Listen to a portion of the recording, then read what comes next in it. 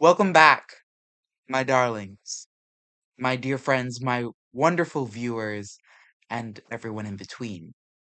Though you may be passing through these crossroads unexpectedly, there are some of us that travel this road willingly, that have a destination in mind, and perhaps prepared for the perils that lie in wait. I can tell you all about the texture of sand and gravel crunching under an adventurer's feet. I can tell you the smells that fragrant the air. And all of that is well and good, but the point of you joining us here is to find out what happens next in our story. I can only take you along for the journey, but there is someone special that can help you understand where we're going and just might where we end up. That person is the one who does the recap.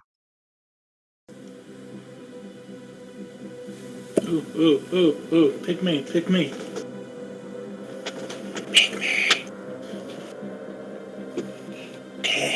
it's a volunteer system, so like this is you volunteering. Pick me. No, I'm volunteering. Alright, let's see. Let me read my notes here.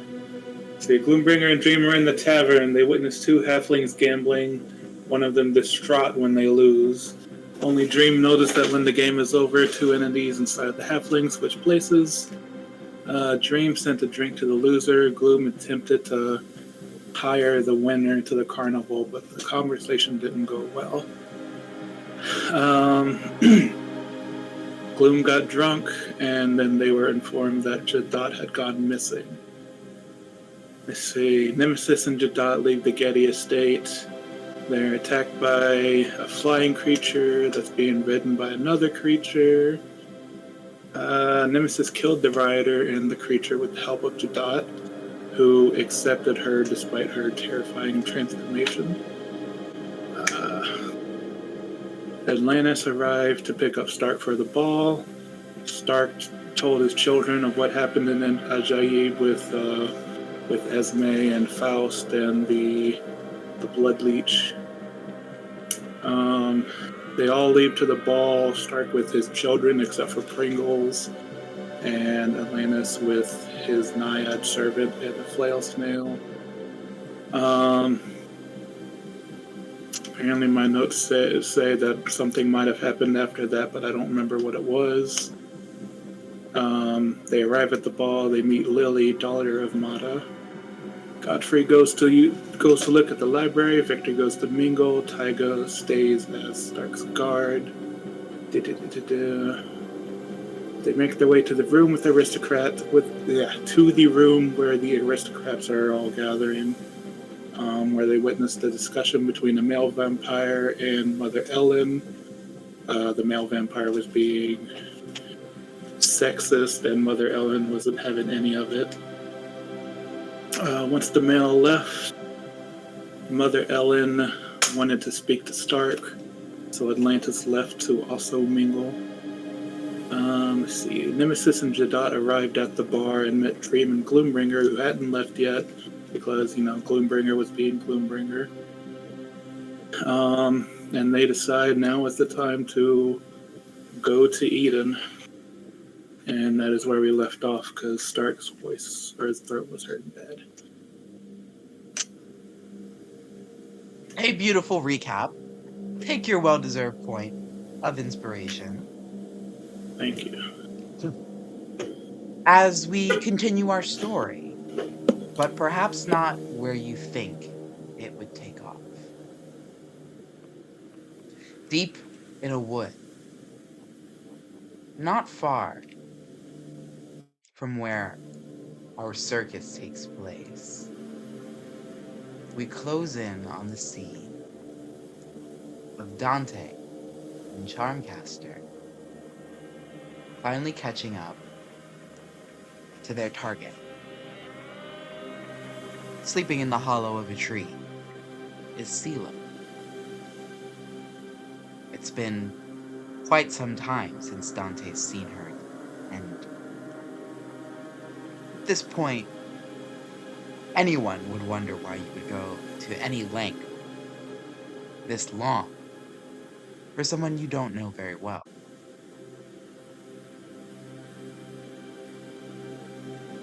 So, remind me, what are we doing here again? She looks fine. Maybe like she just doesn't want whatever you're offering. You mean, no means no. You do know that, right? Indeed. But she had accepted my offer of help prior to me searching for her.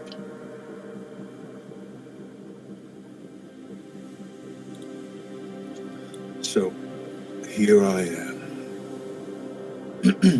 And, Dante will nudge Sila.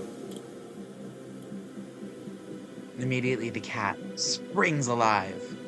Tail shoots upwards and stands, they bare fangs and claws at you. It takes a moment for her to realize. She begins to compose herself and looks the two of you warily up and down. Dante, what the hell are you doing here? I was searching for you. Why? I was tasked with helping you.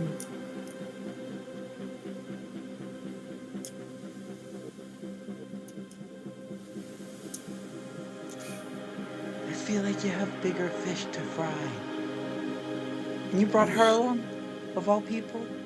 She found me, and she decided to follow. I'm standing right here.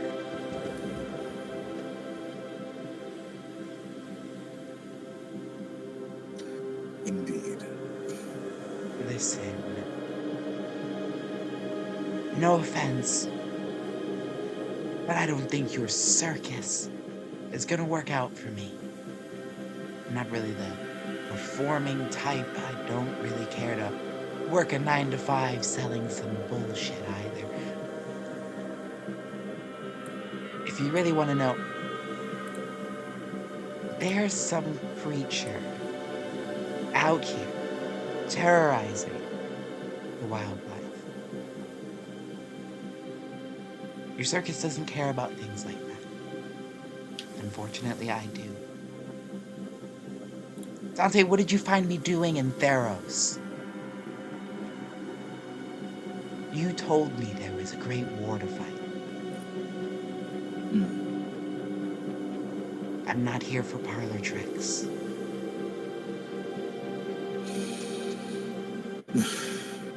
Of course.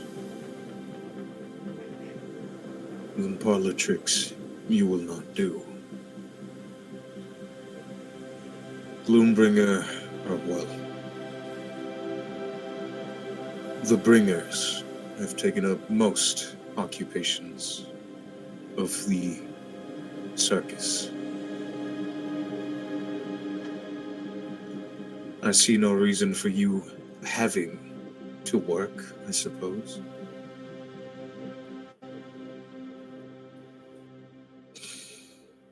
And yes, we do have a war to prepare for. You, Silo, are an important asset in this war. You've shown skills, dare I say, better than mine.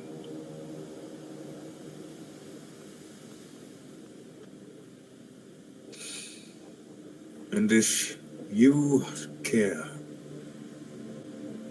for these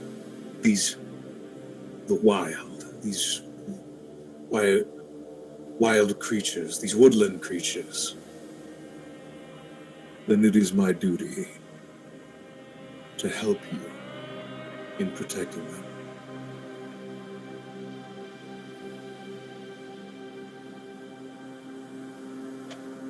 If you mean it, prove it. Very well. I've been tracking the beast. It's nearby. I was resting. Make sure I had all my strength. Perfect. It's been a while. I need to stretch out my legs. Silo begins to lead you both down the path, towards the direction of her target in question.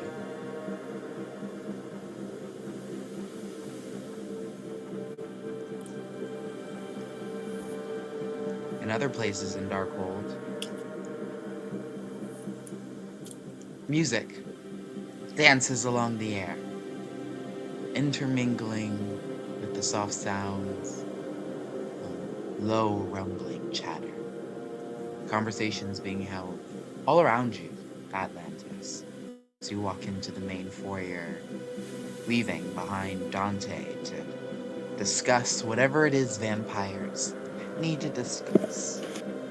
I believe you mean Stark. Oh, excuse me. Yes, that's my fault. Start.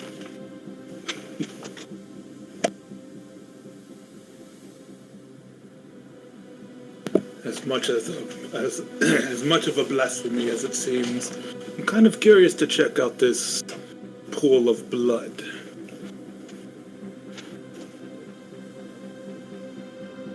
Let's see, where am I? Ah, there I am. Come, Naiad.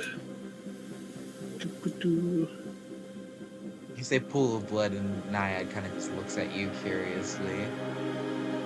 But you make your way down the hall. Yes, yes, I know. I'm incredulous as well. When you get there, you find Godfrey standing outside the library, locked in conversation with three vampire folk.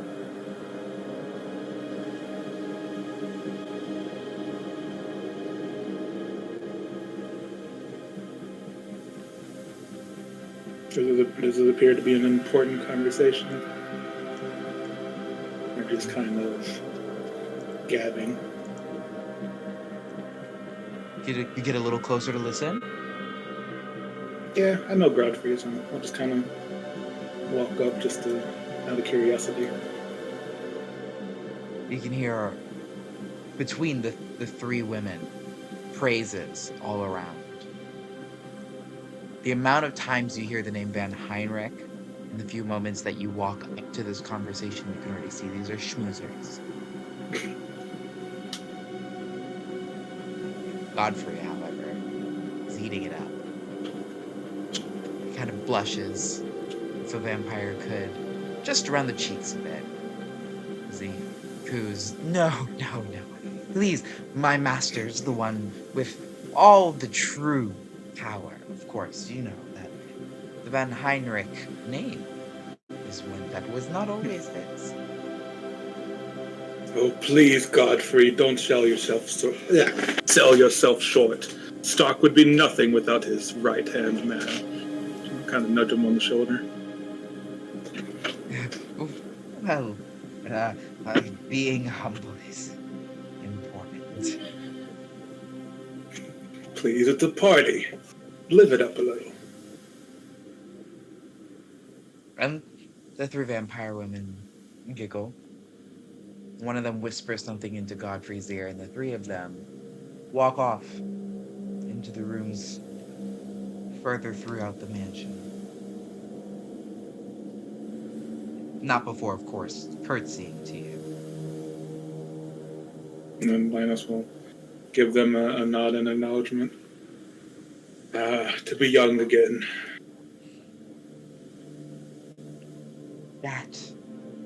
That was amazing. I didn't know. Wow. What did I come here for again? I believe you're looking for knowledge of some sort in the library. The library, right. Where is Stark? He is speaking to a woman. Mother Eden, I believe her name was. Ellen? Mother Ellen of Ellen, House yes, sorry. Janus. Yes. I wonder what a sorority mother would want with... Never mind. The library's right here. Oh, will you come with me? Or where were you going? I was curious about this pool of blood, but I could learn something, a thing or two. Well, I don't mean to stop you. We can meet again. You know where I'll be. Sure, I will meet up with you in a bit.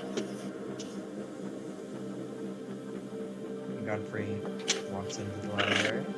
The doorway to the pool is open, just in front of you.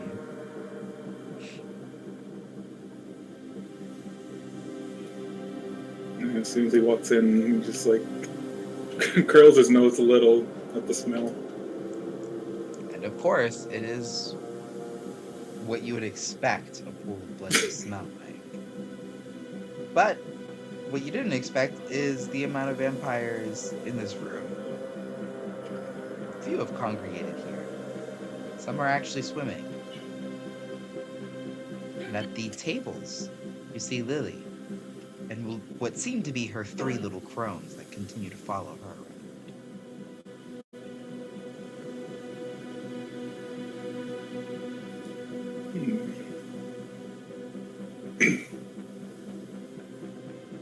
Couldn't hurt to say hello while I'm here.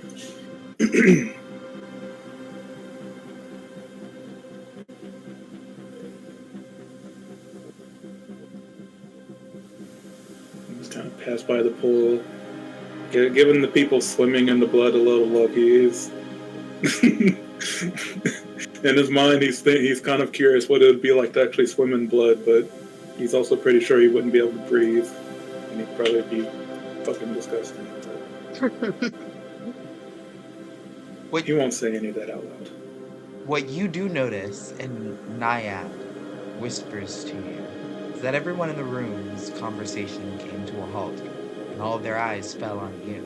As soon as Lily noticed you, she stood up from her seat and began to wave, happily and eagerly greeting you. Oh, the king joins us. I'm sorry that it isn't quite a pool your liking, but maybe there is something to be had of the experience. Oh, please, join us. Move, Violet. One of the cronies moves to the other side, gives a swing. Of course, I would be delighted to.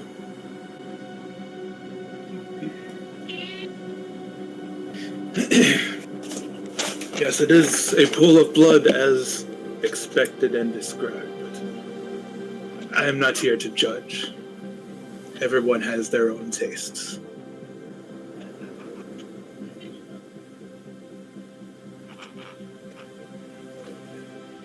She looks to the girls and they giggle. Of course. Their own tastes. I have to say, I am quite curious about you. King here, on dry land, of the sea. Tell me, what is your story, Atlantis? Or King Atlantis, my lord? How should I address you?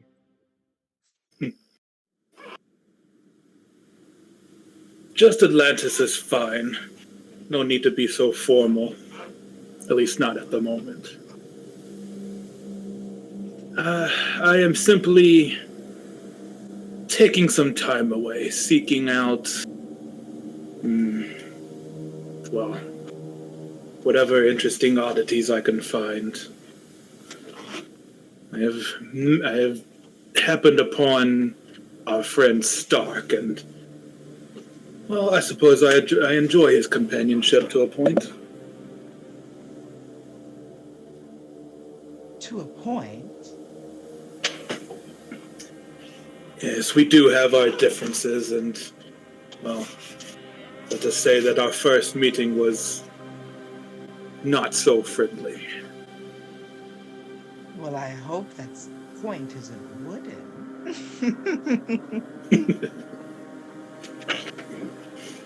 No, I don't plan on doing that yet. Ooh.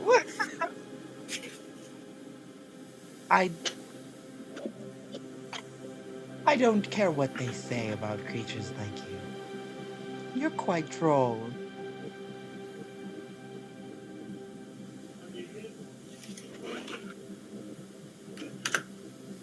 Joel, you say? How so? Well, to think, a charming and witty nature. And you speak common quite well. Yes, my father impressed upon me that language, as it would help with relations with the other peoples. So why aren't you down under the sea ruling your kingdom? I don't often see a king leaving their throne to visit strange lands with strange vampires. Let's call it a diplomatic mission.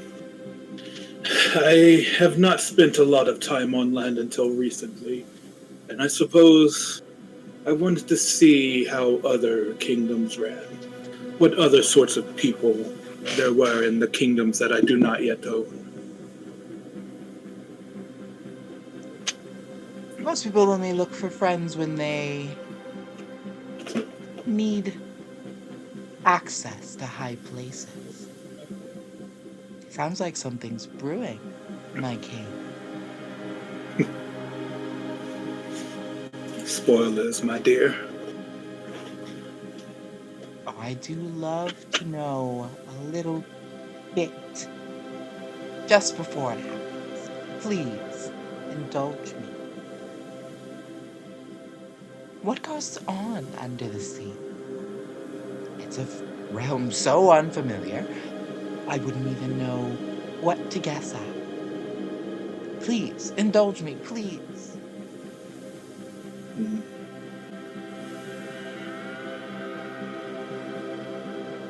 Bright eyes are gleaming and she looks up at you, eager, expectant, wide smile on her face.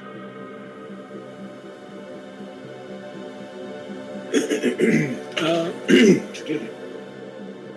Of course, I can perhaps divulge a little bit, but first, if I may impose, do you happen to have anything to drink for that would be suitable for someone like me? Hmm. Well, I'm sure there has to be water somewhere. Violet, hurry up! One of the cronies bugs off to go find you some water.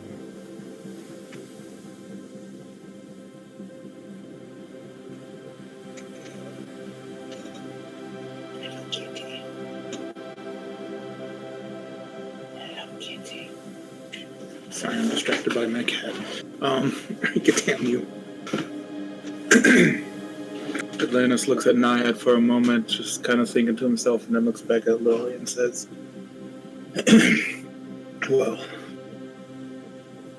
if I could be completely honest, I'm here because I'm trying to, I guess, get away from my family for a bit. My brother can be a bit overbearing, especially ever since father passed. I suppose I decided to allow him to run things for a little bit. Perhaps that'll get him off my back. I am so sorry for your loss. Quite terrible. Yes, it has been a few years, but I appreciate it. I hate to be the bearer of bad news, but especially at times like this, your family can show its true colors. I only say this as a warning. Atlantis, beware. You don't know what type of city and kingdom you are returning to, what type of brother you have plotting against you. You never know, that throne could be taken right from under you. I've seen it happen many times. Yes, I imagine so. But I suppose I will deal with it when the time comes. Rightly so, as a king would. And when she says that, you notice Violet has returned with water and a goblet, and Lily raises hers. A toast to it, then. A Your toast, and I'll throne, take forever yours. the throne of the world forever mine. He'll down the drink.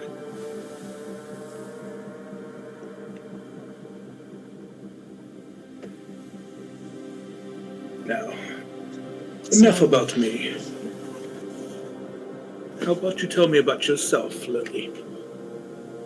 she giggles as we pan off to another portion of this mansion, a small one, seeing that its sprawling size has contained at least 100 vampires.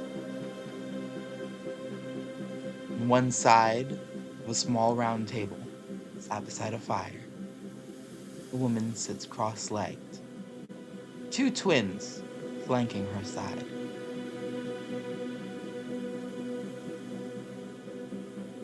Mr. Van Heinrich, it is a pleasure. The pleasure is all mine, Mother Ellen. And Snort bows. So, what can I help you with today? Of service already. Well, you don't usually, pardon my words, but not many people would, not many of the houses would very much associate with House von Heinrich. Many of the houses have lost their way and have been lost for quite some time. Tell me, why do you think the houses were first created? Hmm.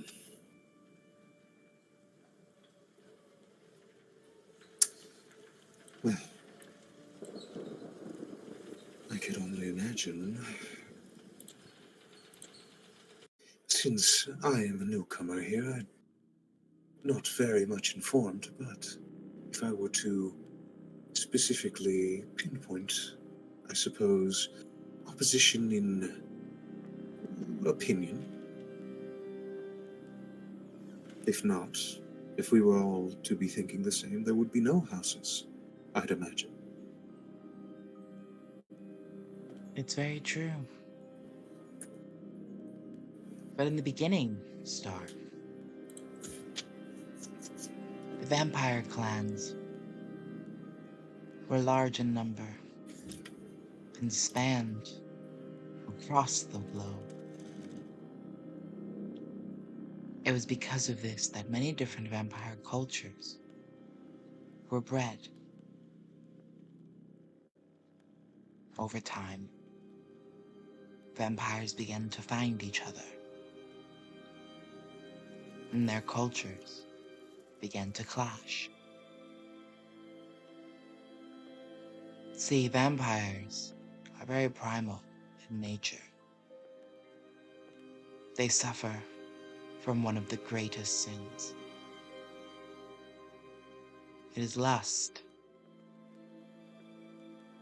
that of the flesh, that can make them monsters. That I am sure you are well aware of. Yes, the territorial nature of vampires is what would have led to their undoing had the councils not been created.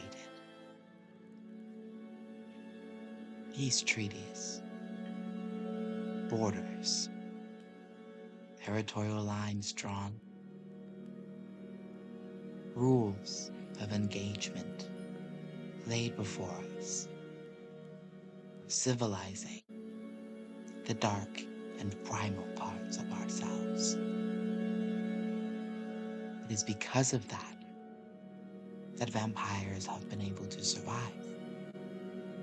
all throughout their persecution.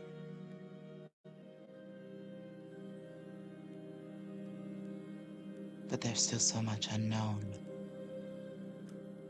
Where we came from, what our purpose is.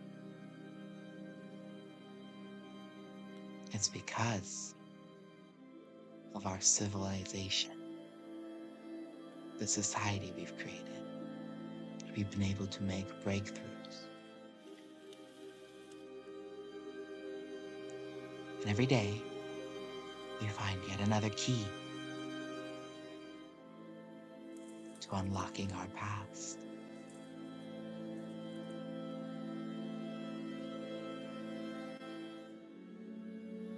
Start.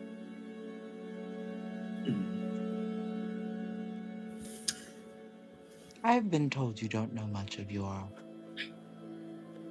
family heritage. Chalk it up to the grapevine. You've exhibited some strange traits that have interested many of us. Care to divulge some secrets to them?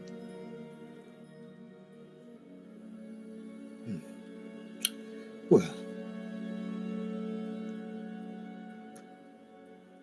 you do house a very good friend of mine. I suppose I could let a few things slip. As you very well know, Mother Helen, I am not like most of you. I am not from around here.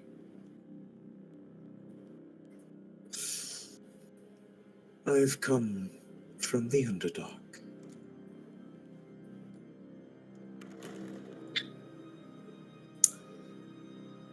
And well,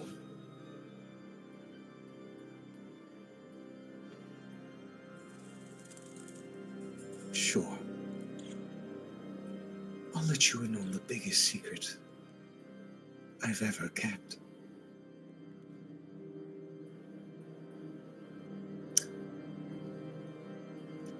The Stark will look around. Do you mind if I whisper? How else would a secret be kept? Lovely.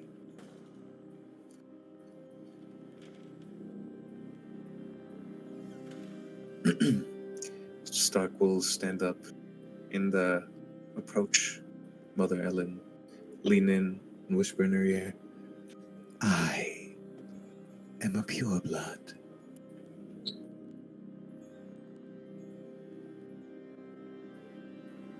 Mother And he will Ellen lean almost in. falters and drops her tea.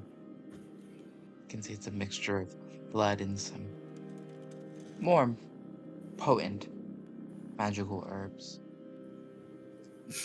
Her eyes turn slowly to meet yours. So it was suspected, but never proven. Well, you have my spoken word as proof of your. Then I shall warn you of this. You have walked into the game, Stark van Heinrich. The rules have changed over time, been corrupted.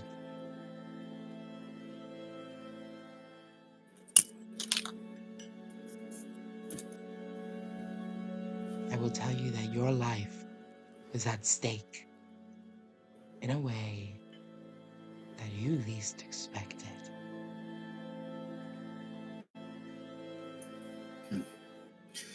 It wouldn't be much of a game without a little risk, now would it? Stark, what's your passive perception?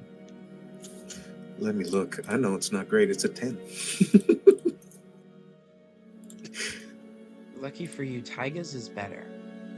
Thank God. Across the room, he notices two women leave a chamber. First, a woman dressed in mostly dark robes weaves through the crowds. You can tell she attempts not to be seen. And next, a familiar face. This is when Taiga alerts you. You see Cersei scan the room and lock eyes with you, then disappear into the crowd.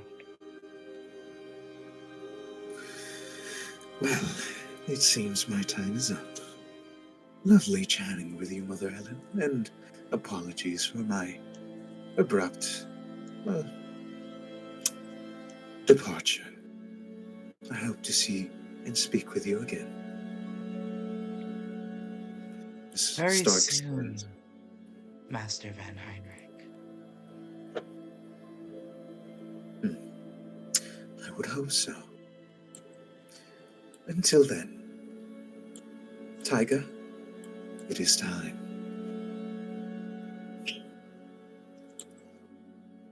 And we'll begin departing. We'll go find. Let's go find Atlantis. All right. As we fade and find ourselves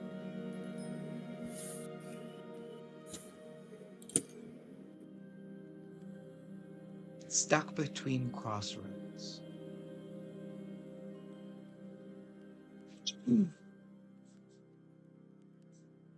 Dream,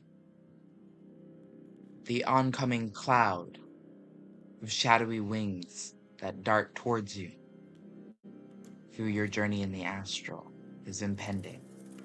From your vantage point in the sky, you look down at Nemesis, Gloombringer, and Jadad, who have yet to see what is coming.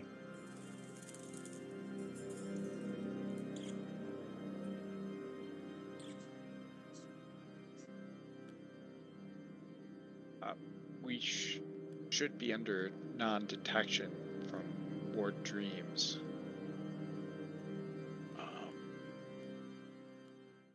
But hurry. I'll flex my dreamy spectral wings that matches Crescent, and address the group. Hurry, let's be off before something finds us. I don't think this will be quite as smooth of a journey as we had hoped.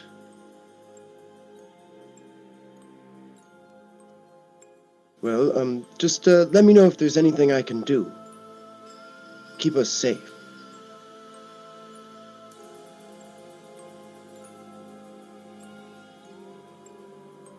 Keep our heads down, and we'll have to traverse this place before on our way to Eden.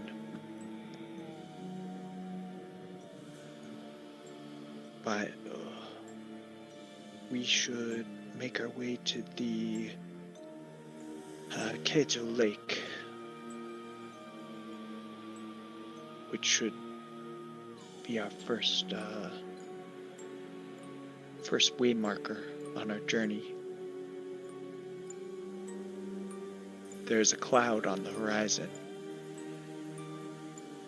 We must do our best to avoid it.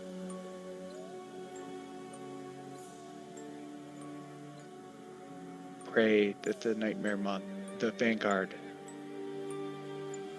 has not detected us yet.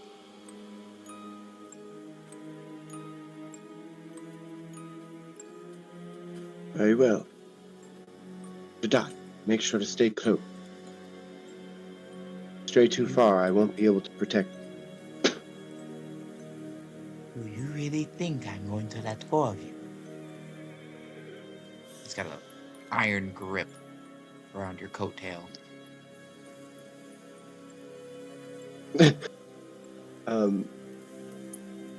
I guess Gloombringer would be used to being clutched at, so rolls his eyes a little.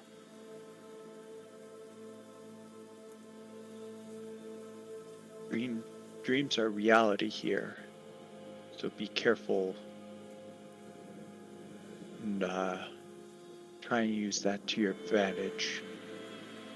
Come now, in our slipstream. Crescent will spread their wings, fly close to the ground in a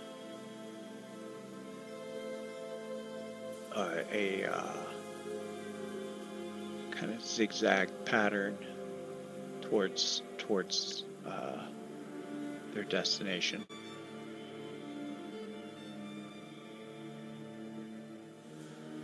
Okay. I need everyone to make a stealth roll.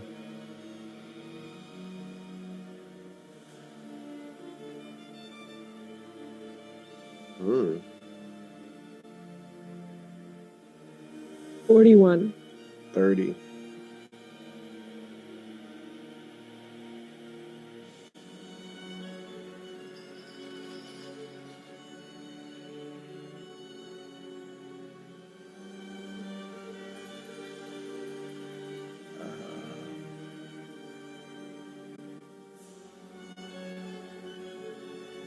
Jadot got a 34.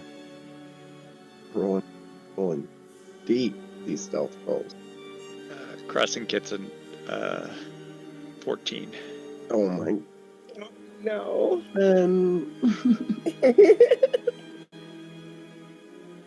I mean, you are flying on a big, giant, glittery dragon.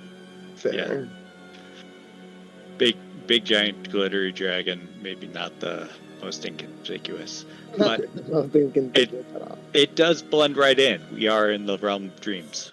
As True. the thing of dreams. And the zigzagging star moving through the astral begins to draw the attention of this shadowy cloud. It draws near at a terrifying pace. In an instant, it's on you. Everyone, please roll initiative. Oh, snaps. Dang. All right, 25. Keeping the good rolls. Ooh, 32. Very nice. Get the best roll of the night with an 18, and I'm still last.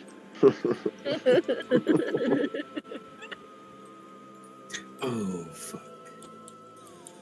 Ooh, not the oh fucks.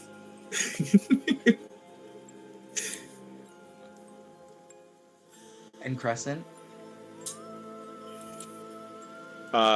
We usually go at the same initiative. Well, you have 2 initiatives, but you can use either because of your, yeah, that's fine. We'll just do that. That's quite alright. What did you get, Gloombringer? 25.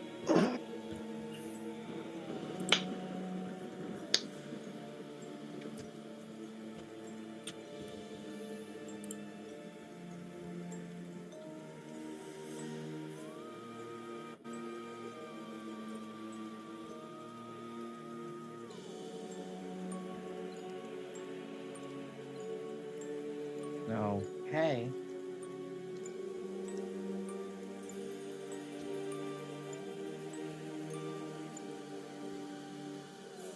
Nemesis, you see off in the distance as a screech finally reaches you.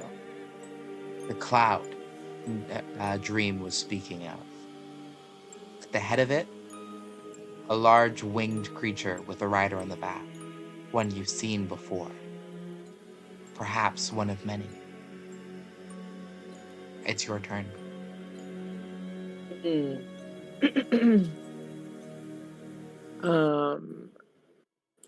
Has it seen me? Oh, yes. Or yes, it has. Yes. It Okay. sees you all. Okay, all right. So much for the sneak attack. Okay.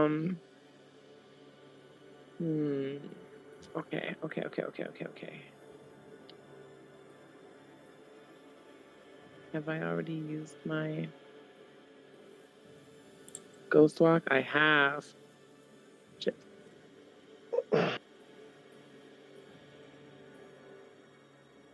Is it? It's flying, right? Hmm. It is. How far away is it?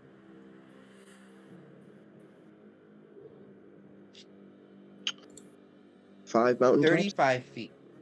35. 35 feet. So they're Okay. 5-foot mountains. And I guess.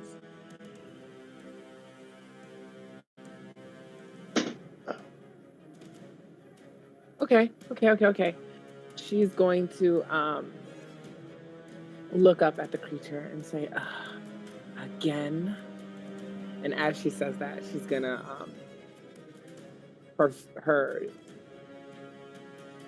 she's gonna change again and morph into this ghastly, terrifying creature.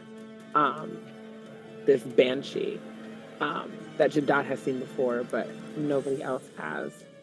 And as her eyes glow red and her teeth go sharp, she's going to look at all of you all and just say, "You might want to cover your ears." And her jaw kind of overextends, like really, really wide. And she looks up at the creature and she's going to scream a banshee wail at the creature. And that is, oh, god damn it. Not a fail. It was the 18. The 18 to hit Yes. is You do have inspiration from last week. I know, I'm waiting to see if it hits. 18 to hit the mount or the rider. If I hit the mount, maybe the rider will fall. Let's go with the mount. Will hit. Awesome. Okay, cool. So I get to keep my inspiration. And that is 23 necrotic damage.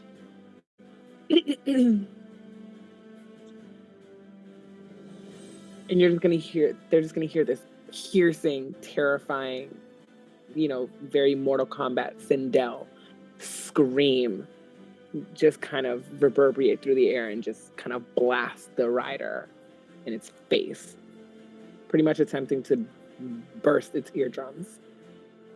Very nice. You said how much damage? It was 23 necrotic.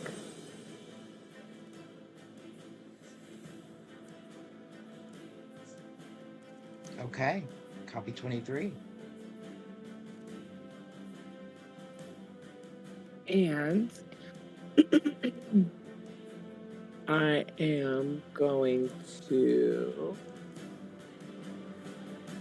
move closer towards Jadot and Gloombringer.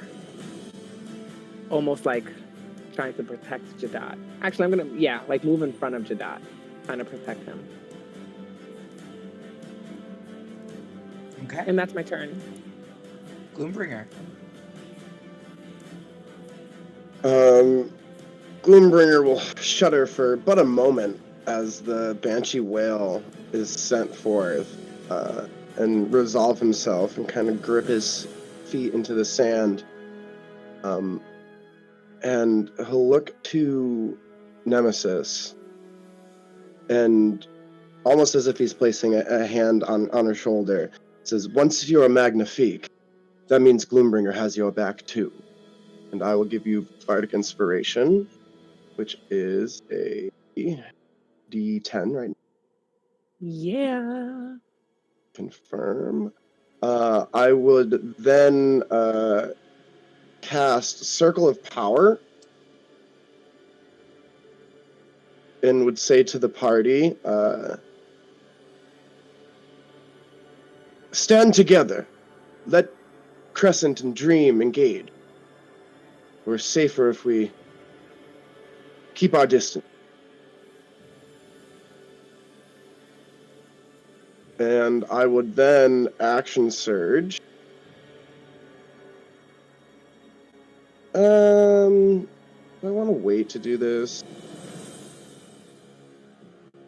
What's the initiative tracker? Yeah, I'll wait to do this. I'll save my action surge, and that will be turn. Oh, Dream. yeah, turn. We'll save it. I am going to call on the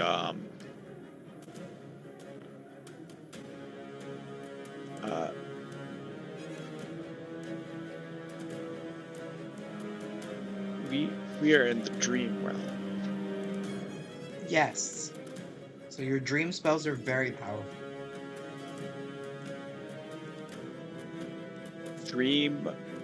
So this is where Crescent will shine more than Yeah. Dream will. Dream whispers in Crescent's ear, and Crescent rends space in front of the oncoming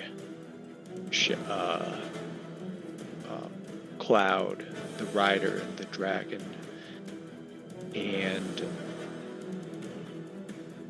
where there was cloud and shadow, bright scintillating colors form in these huge claw marks, and they are a hypnotic pattern. Tries to lull the nightmares into inaction. So if they would please make a wisdom save.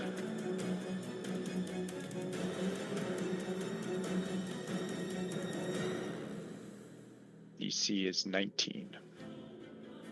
They are all going to pass. Okay.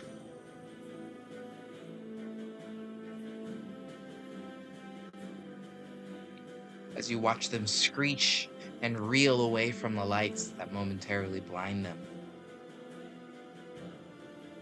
Worth They shot. But they push through. And then we'll go up and engage. I will. Oh, I can use charger.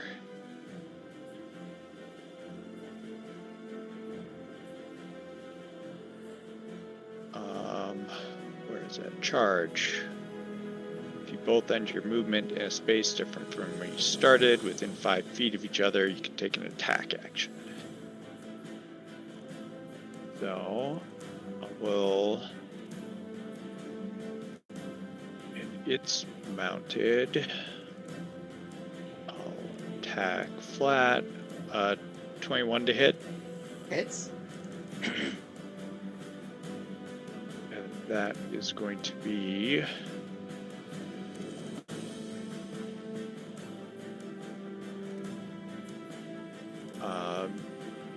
26. Do I need to break out Radiant? No. Okay, 26 damage. Second one's a 26 to hit for 26 damage. Third one's a 24 to hit for 25 damage. And a 34 to hit for 23 damage. So 40, 52, 57, 60 damage total. And you lay into the rider, absolutely slashing it into tiny shreds of shadow. And as it begins to dissipate, the rest of the horde breaks through. You watch a small shard of whatever would seem to be the soul holding it together dart to another Gloamwing and reapparate.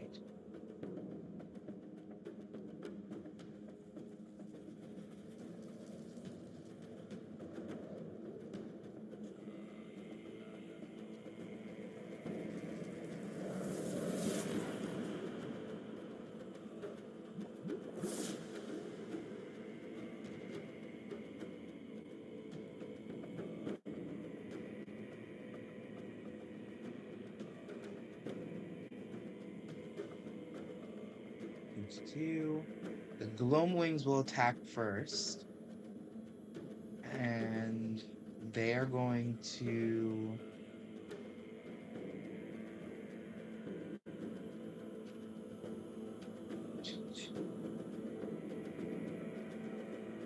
swing with advantage.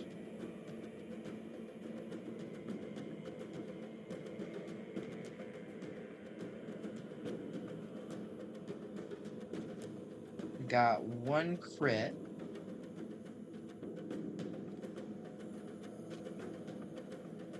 Why is it on?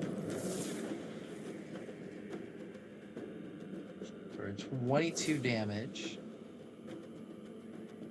It was aimed at Crescent. Dream will take it. That was the first attack.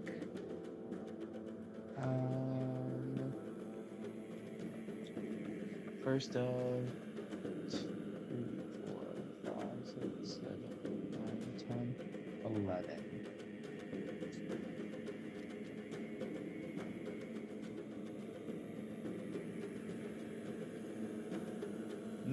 Will miss. Another crit with the claws. 28 damage. Can I discordance that crit? Of course. It'll miss. That's 2 of 11. It's my reaction for turn. 18 will miss. And so, a double crit on that one. Damn it.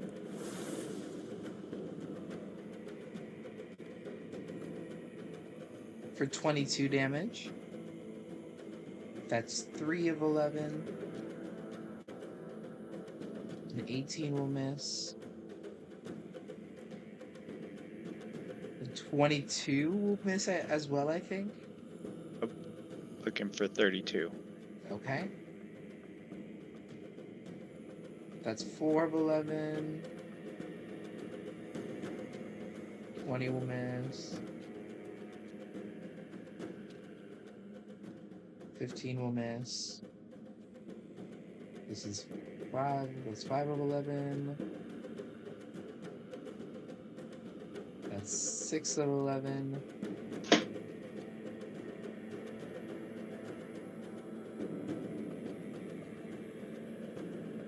That's 8 of 11.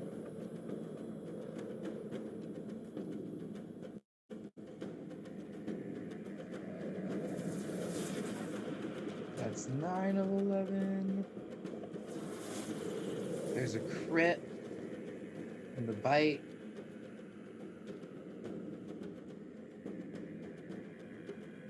For 36 damage piercing. Ooh, it's a big one.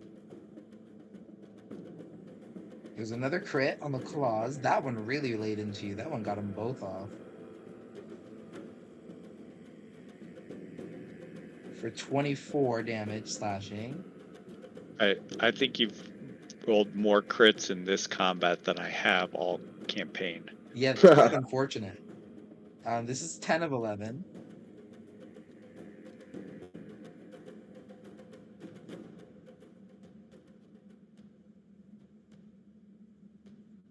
And this is 11 of 11.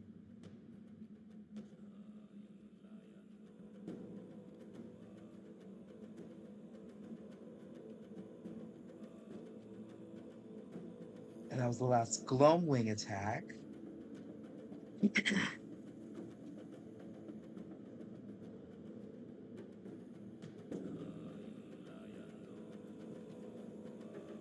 And we'll do some psychic attacks with the Spectre. With advantage here. The 20 will miss. The 17 will miss. As the pack swarms around you, you can make an attack of opportunity as the Spectre riding a Gloamwing tries to move away from you, I believe, right? Yep. Because you still have your reaction? I get as many opportunity attacks as I need. Or rather, a free one every turn. Or,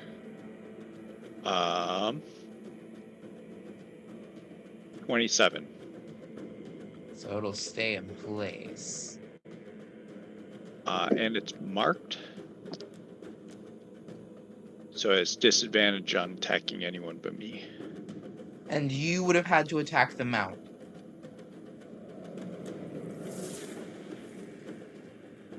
Yes, the mount provoked an opportunity attack. And you still get to do that even though it has flyby because of your feature, correct?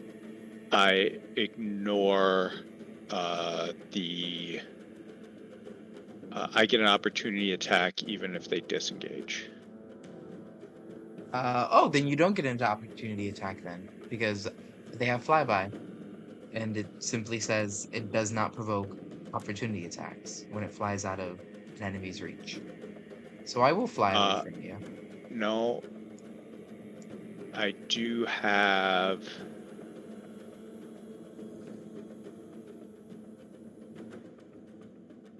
however, you don't provoke an opportunity when you fly out of my reach. You do provoke an opportunity when they move 5 or more feet while in my reach. Okay. So I still get that opportunity attack. Okay. So it will not move because of Sentinel. You hit it with an opportunity attack. Its movement speed is 0. Give me that sweet, sweet damage.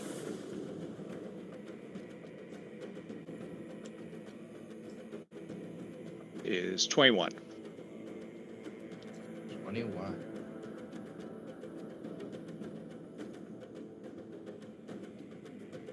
Okay. Anything else that we need to resolve for you?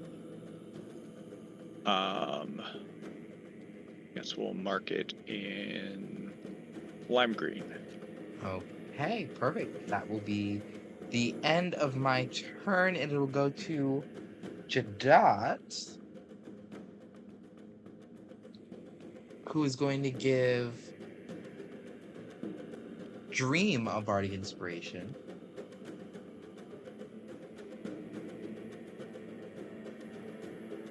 As he yells out, "Pick on someone your own size!" And he will also...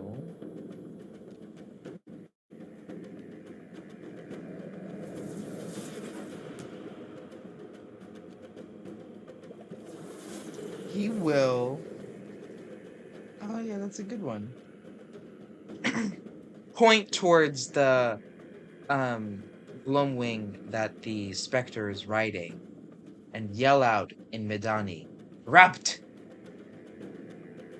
and magical illusions of those similar whips that he's often seen using lash out and reach up towards the rider. And they will make a strength save. DC 24. The Gloamwing.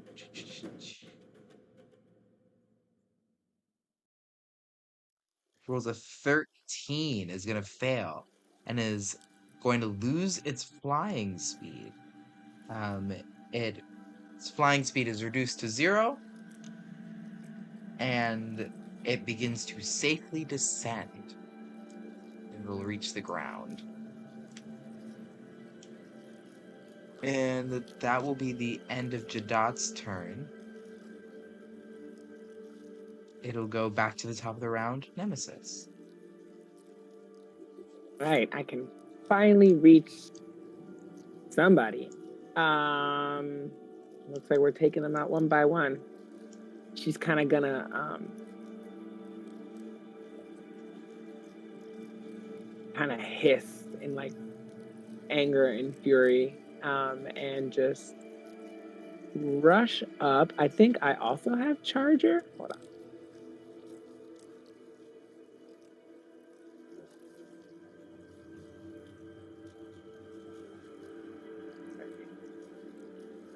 Charger. When you use the dash action, you can use the bonus action to make an attack. Oh, that's if I use the dash as an action. No, we're not doing it. I'm pretty sure they're close enough. Oh yeah, 20 feet. That works. She is going to run up on them, the one that just fell to the ground. She's going to take 2 swipes at them with her claws. First one is a 20 to hit. The 20 will hit. And who are you Okay. targeting? Let's go with the rider.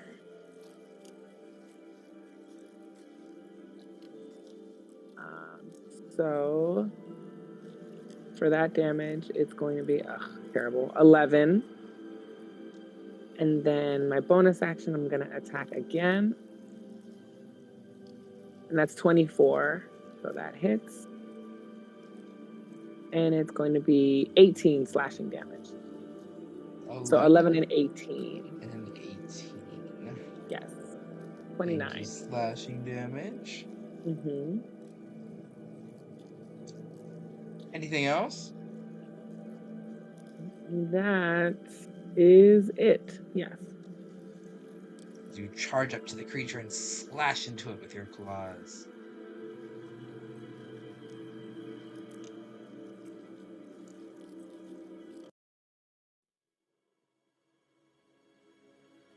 That's gonna go to Gloombringer. Okay. How far away is Nemesis over there in this little ground fight? 20 feet. 20 feet? Okay. Yeah, like 20, 25 feet from you, I think. Yep, I think just 25. about. Yeah. It's a 30-foot range on my circle of power. I'm gonna just shimmy over her way, Tad. And they're only like 40 feet in the air up here? Like 35, yeah. 35? Okay, perfect. Awesome. I will run in between all of my allies here, and I'm going to a bonus action Healing Word, level 2 on Dream, Crescent. No, Dream. Dream, final answer. For Snake Eyes, I'll take 11 HP, and I'm also going to use my action to dodge. And I'm going to allow Dream to take the, Dream or Crescent to take the ability to dodge for a reaction. Only one can take it, I just don't know which one you want on. I'll take it. Okay. Dream will take it. And I do. Yeah, I'm gonna hold on to that, and I'm just gonna pass turn here. Dream.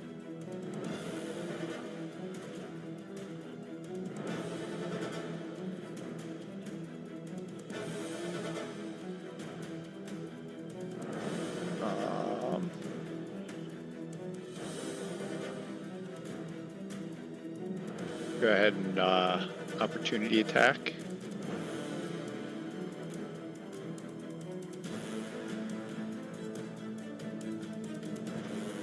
Okay.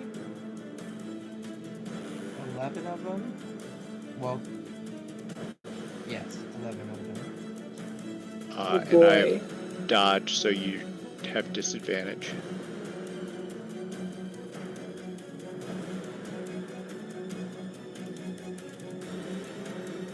Oh, so I roll flat. Hold on. Ignore that one. 27 will miss.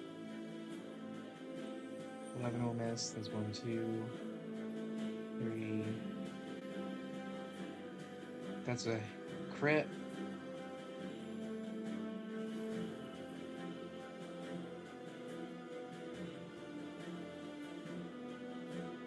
For 38. This is number 5. I know what you're doing. This is number 6. Number 7. This is number 8. This is number 9. This is number 10. This is 11. So just the one hit? For 28. Yep. Okay. Crescent is going to laser beam, and I think I hit 8 of them, so not the bottom 2. And that is a dexterity save.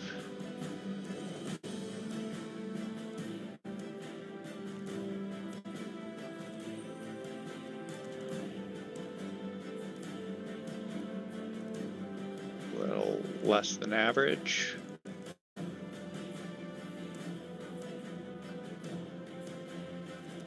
Dexterity save or 47 damage, radiant damage.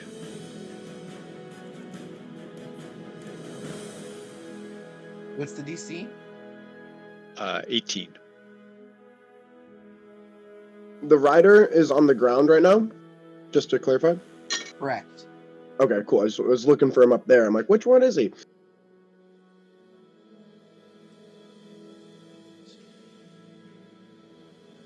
Four, 5, 6, 7, 8, 9.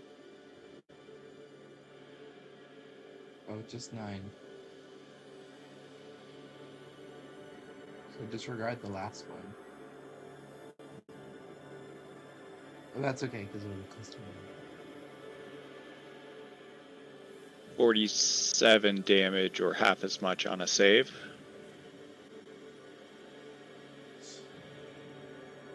Three of them save. So the rest take 47.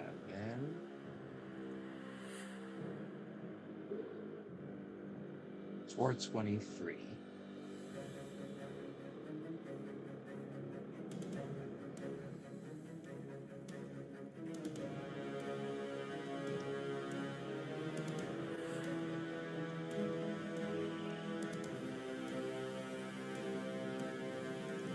Okay.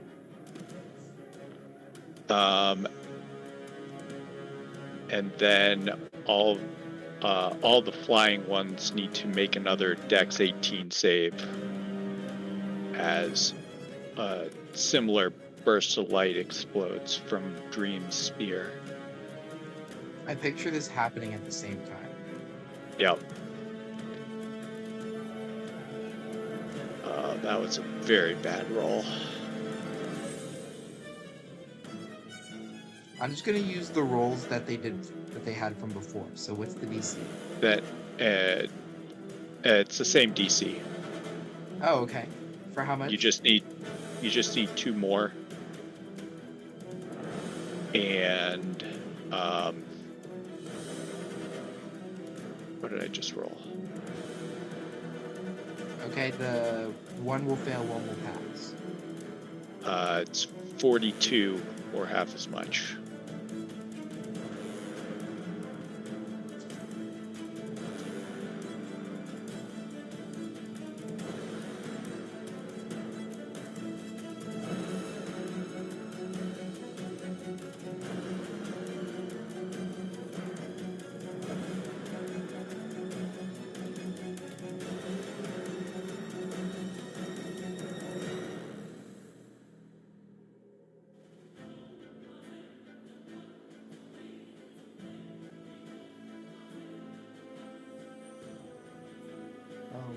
Okay.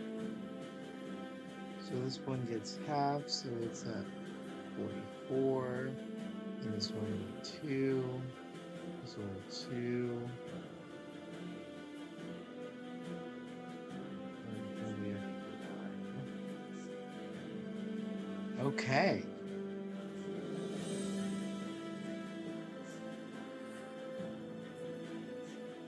And together, the two of you. And I think I like that. I'm gonna use that rule. If you two do things like that where it's the same save, it makes my life easier. I don't want to roll 11 saves again, to be honest. And together the two of you let out a powerful beam that bursts a line through them. You can hear the screeches of these creatures as their shadow forms are rended by luminous moonlight. Anything else on your turn? Crescent repositions so that they're defensive to the party.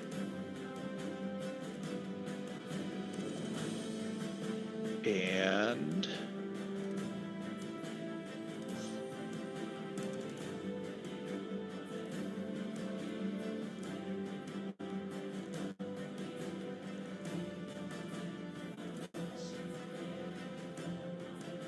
I am going to... Oh, no, that's an attack action. I guess I'll just defend as a bonus action. Shield the party and prepare for the swarm to re-engage. And that's it.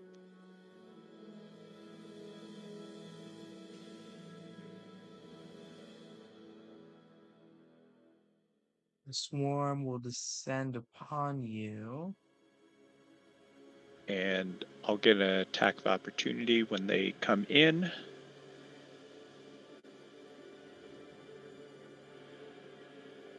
And if they try and fly past, I get an attack of opportunity.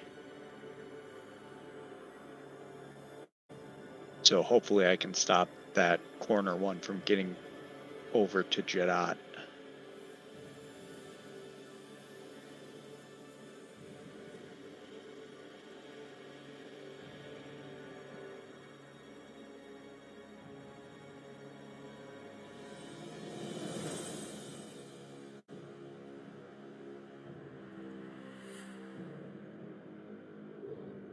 And I would say you can stop all of them except for that one.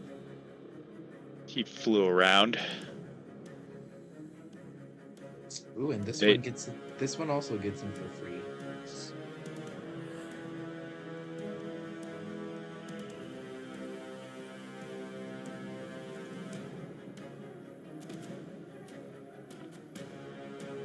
Because I know you're gonna hit them, unless you crit miss. So go ahead and roll for hits. You can hit You can hit 1, 2, 3, 4, 5, 6, 7, 8. And depending on if you kill them or not, we'll see how many more you can block. Because I'm assuming there's only so much space around you that you'll be able to actually threaten. Yep, it's 5 feet around me, so they would have to go 20 feet out of their way to get around me. My point, more or less, is once you're swarmed, you can't stop anymore in those spaces because they're already occupied.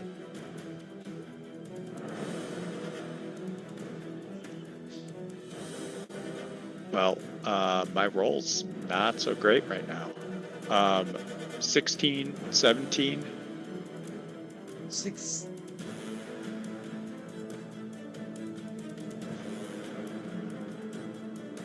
$16 will hit. Okay. Then they all hit. Remember that crits fail automatically. Crit? Since when? Like, crit fails.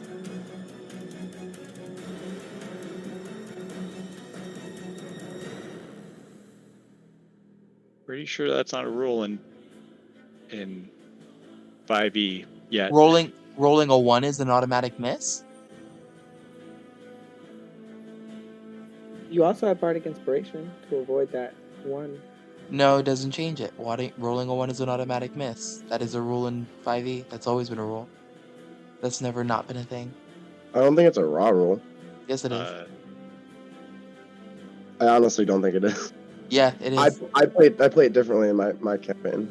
Yeah, remember, rules aren't necessarily raw. It's all D&D is left to the interpretation of the DM. So if you want it to be raw, you can, but that doesn't necessarily mean that it's raw in general. Rolling a 1 or a 20. Oh, you're right. Yeah. I am. Very nice. Then, Okay. give up. So, the question would be, are these creatures mounted? Only the one that is bound to the ground right now.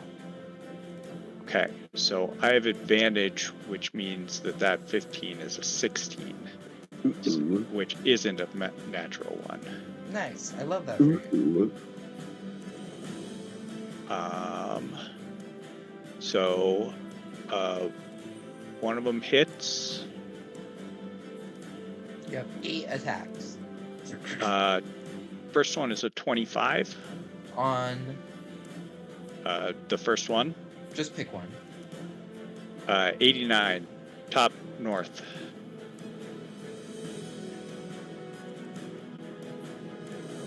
Yep. Okay. I got it. Just say numbers and I'll do the math. 25. Damage? Yep.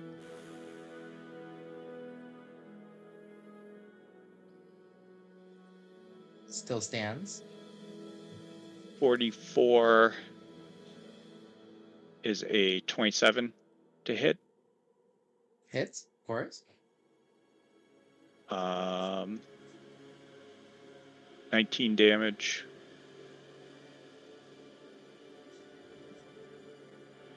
21 doesn't crit.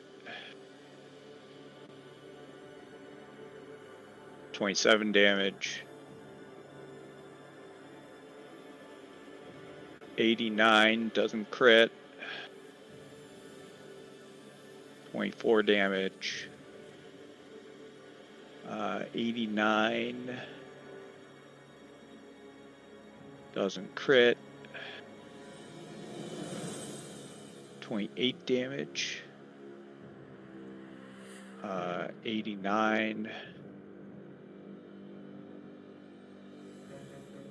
doesn't crit. 21 damage. Last 89 doesn't crit. 35 damage. There's one more that you didn't attack here. Oh, one more. 35 would be 94. 24? Doesn't crit. 27 damage.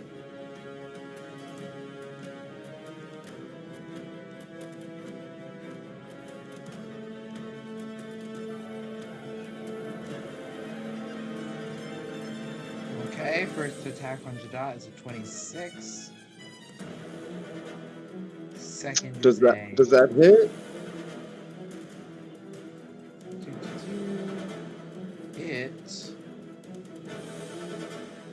does.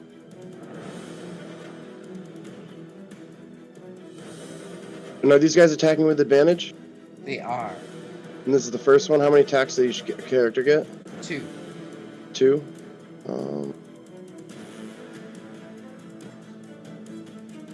Okay.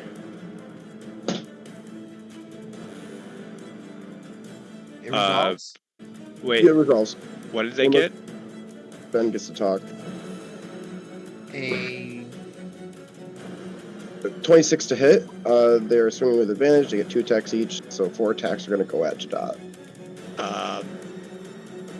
I believe. I'm going to.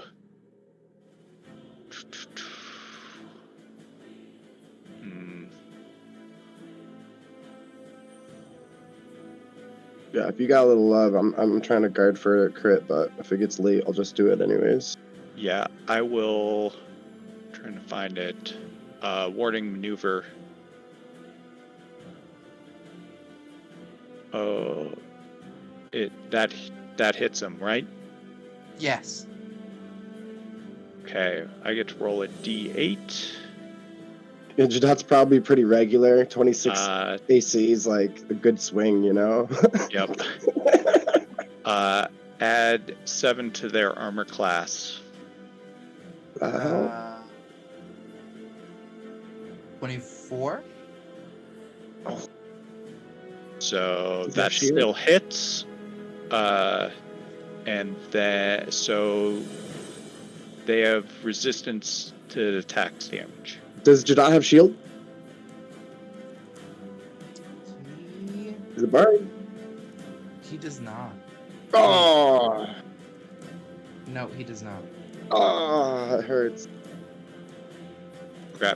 So my warding maneuver didn't prevent him from getting hit, but he does have resistance to all the damage. That's good. We like that. From that one attack? Yep. Okay, so he takes half of 27. Not bad. That's 13. And the second attack was a 27 to hit, which will hit for 17 damage. Okay. As the creature descends upon Jadot. And 1 on you, Gloombringer.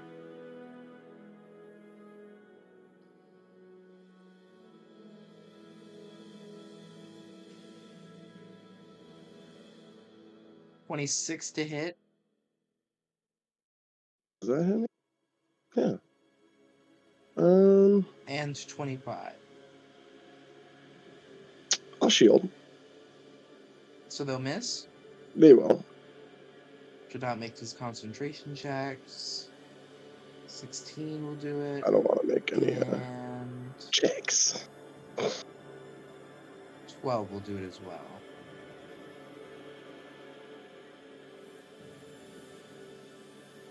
And that'll go to Jadot's turn. Where he will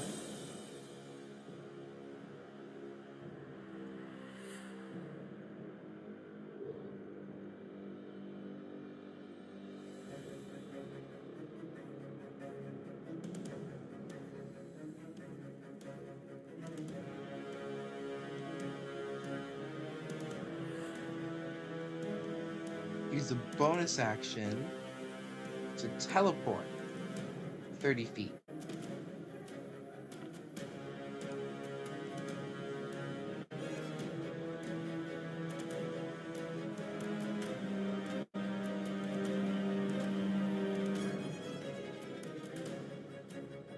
It's exactly what I told him not to do.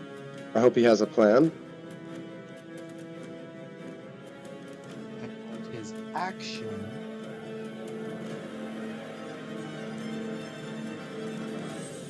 to swing a whip at the rider for 27 to hit and 24 damage.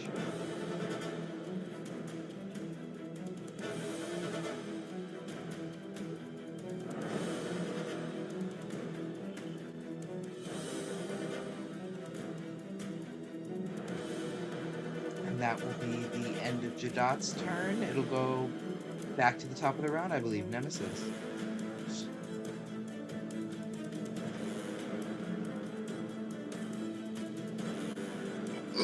Okay. She is, so just to clarify, all these other are rider lists. The one that I'm attacking is the only one that has a rider on it, right? Yes. Okay, yeah, we're just gonna keep attacking homeboy. So, Revenant Claws, first one. That's a 23.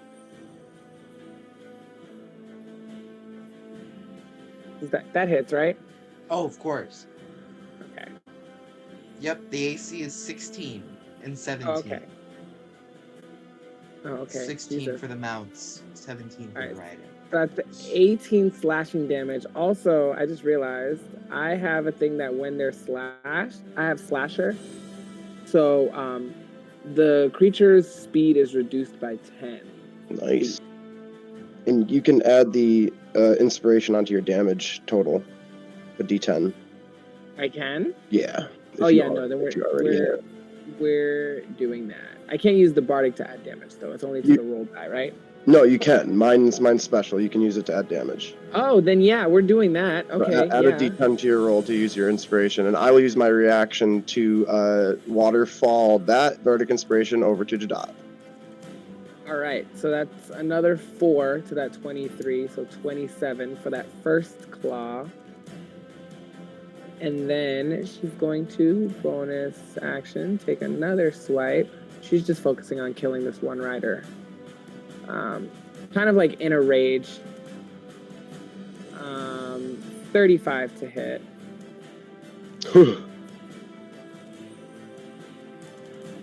And that is 13 slashing damage. And yeah, they are slowed. And that is... Yeah, that's his turn. Wait, oh yeah, you don't do flanking, right, son? No. Okay. Cool, but you did have advantage because Jadot is nearby, though. Haha! Well, we're gonna re-roll these and see if we can get to some crits. Okay, so... And don't forget about sneak attack. Wait, am I sneaking attacking? If you have advantage.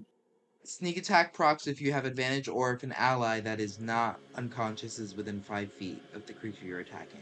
Oh, okay. So that one wasn't a nat 20, so just the same damage. That also wasn't a nat 20. That was really what we were aiming for. So both of them hit, but once per turn, I am going to deal an extra 96 damage. And so we're going to roll that. So that's going to be 35 damage for that sneak attack on top of that.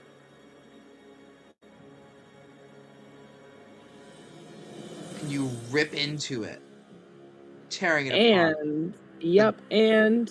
The rider disappears. Is it still alive? No, the rider disappears. The shard moves again. And it goes here. Okay. Grr.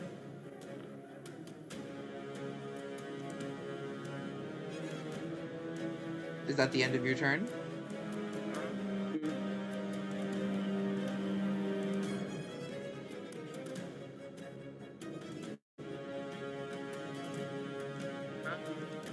Going to...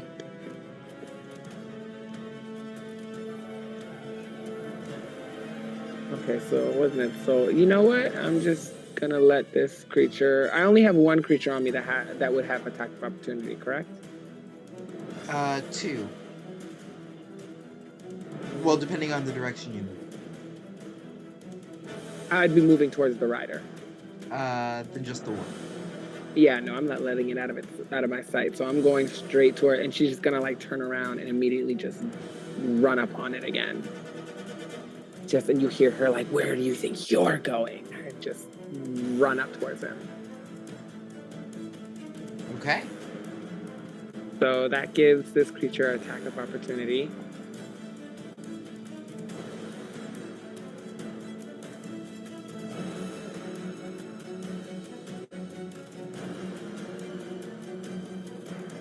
So 25 to hit. 25 does not hit, but oh wait, I wasn't hit. Okay, never mind. Okay. Okay. End of Nemesis's turn. My turn. Son, question: I may have an answer for you. How I am large? How large is the said creature I'm dotting at here? Huge.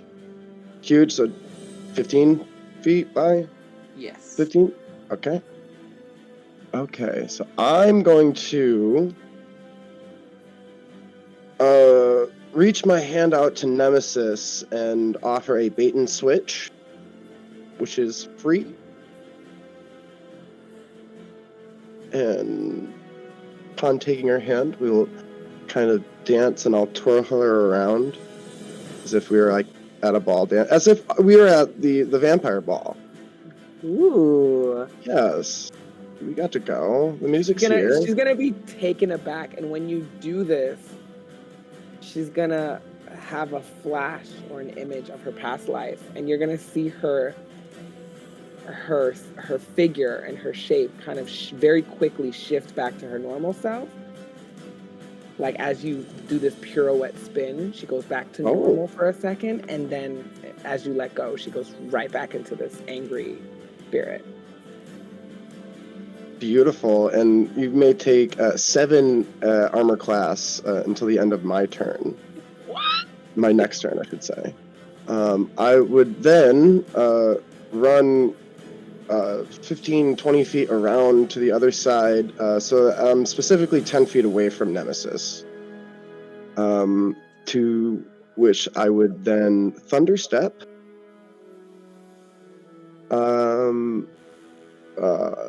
On using a charge of my Astral Harpsichord. Please make a Constitution saving throw. DC 29. They will both fail. Okay, take 9 thunder damage. Take a Strength saving throw, please. DC is 29. They will both fail. And they're knocked, pushed 10 feet away from me and knocked prone. And I'm going to be teleporting over to Jadot. And when I get there, I'm going to look at Jadot and be like, I thought I told you to stay near me. You're awfully adventurous. And I will action surge and dodge and give Jadot dodge. And he'll take it. And You kind of like, I feel like you like grab him by the scruff. And with my last action, we will cast Thunderstep was on the harpsichord, so I can cast a spell. And I'm going to do a Sunbeam.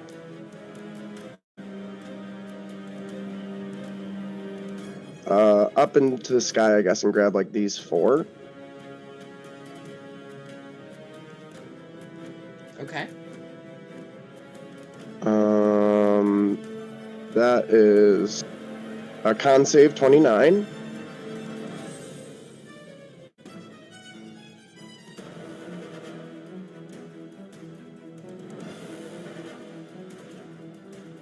All that failed take 33.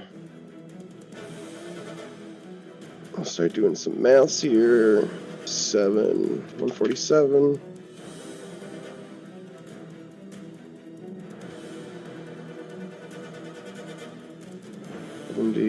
makes 100. Makes 55, 85. Wait, did the rider creature move away from me? Make Or was that accidental? 150. was I just- knocked it. Yeah, it was knocked prone and pushed away. Oh, so did that mean I also got an attack of opportunity when it moved away from me? No, because it wasn't voluntary. And if Okay. anything, it'll be on this side.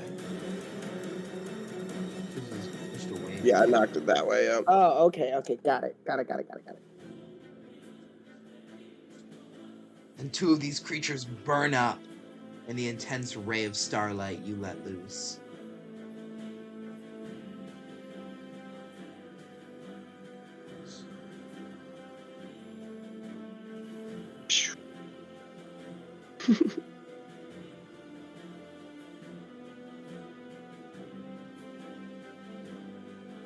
End of your turn?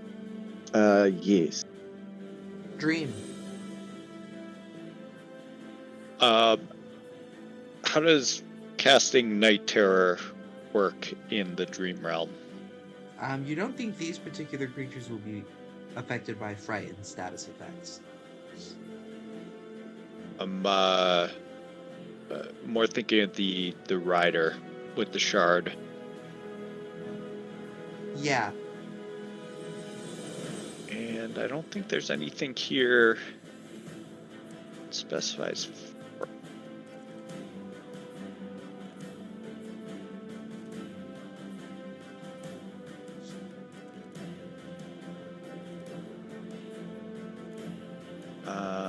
That doesn't cause frighten. You probably don't think it would work. Okay.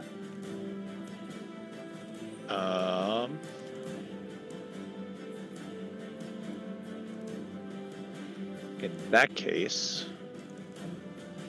Crescent.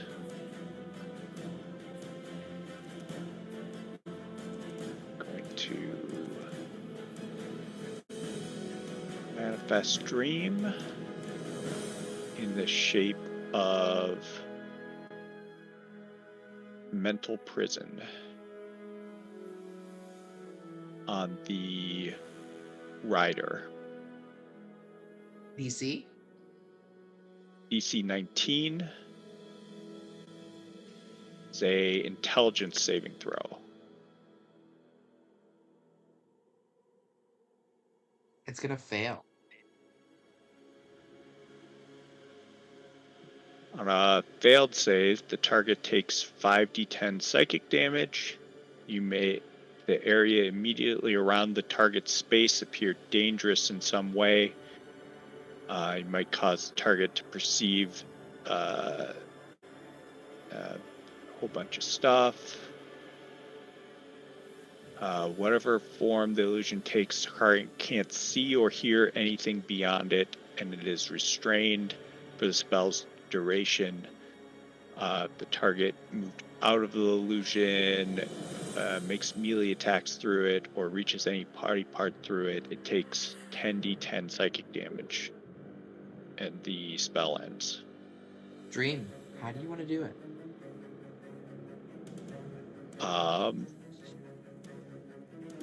Crescent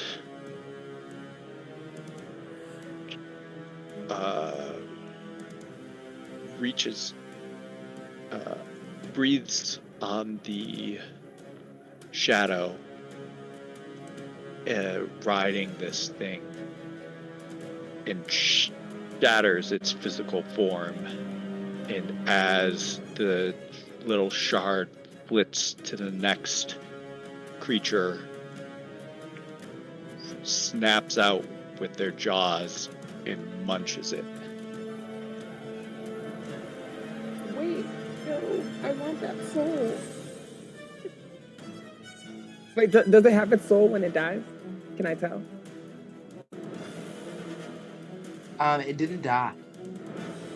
Ah.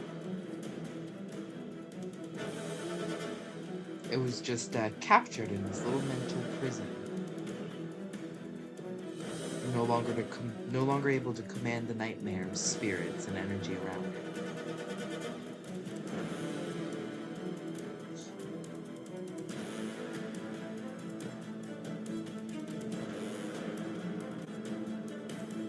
we'll take this one with us, Crescent, so it won't bother the daydreamers.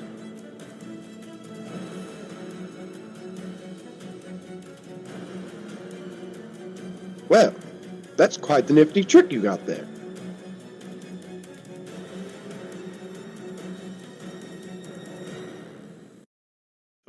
An awful lot.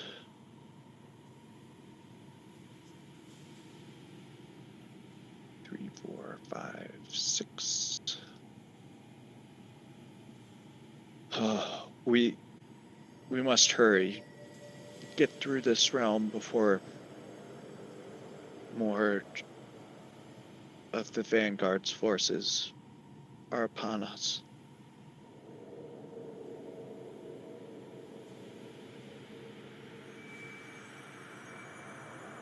Is everyone okay? Can we travel?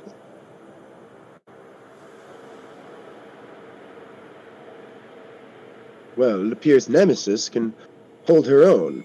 And, well, as long as Jadot doesn't stray too far, as I look at him, think we'll be all right. It was strategic positioning. Just don't die on me, Jada. I don't really plan on it anytime soon.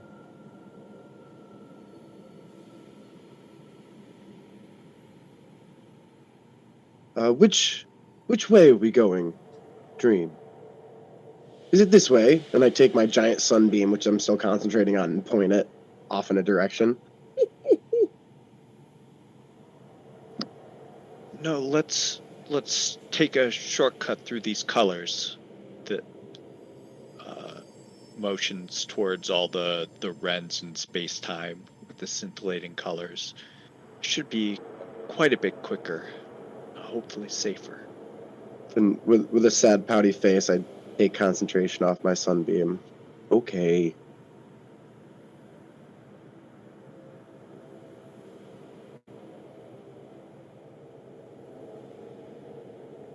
They begin to travel on, further through the dream planes to reach their final destination.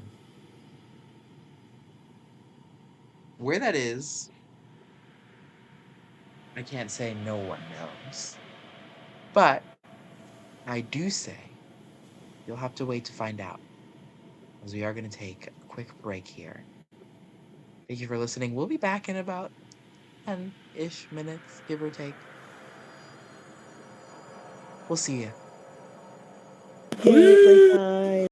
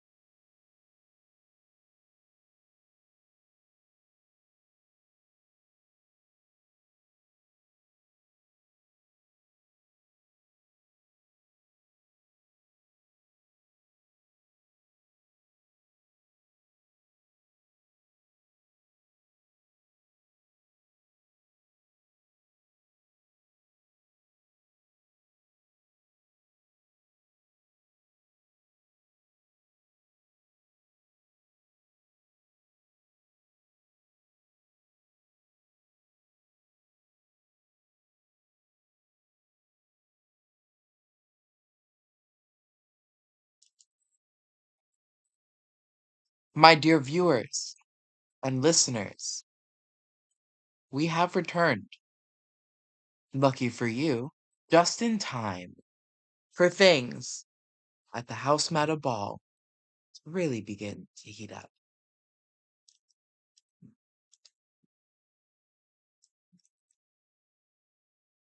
Stark, much like Atlantis, you find yourself into the main lobby, which has branching corridors that lead off in all directions. Leaves you wondering where Cersei could have gone. You know, she attempted to slip into the crowd unnoticed, specifically, seemingly, from you. You want to find her, you're gonna have to really look for her.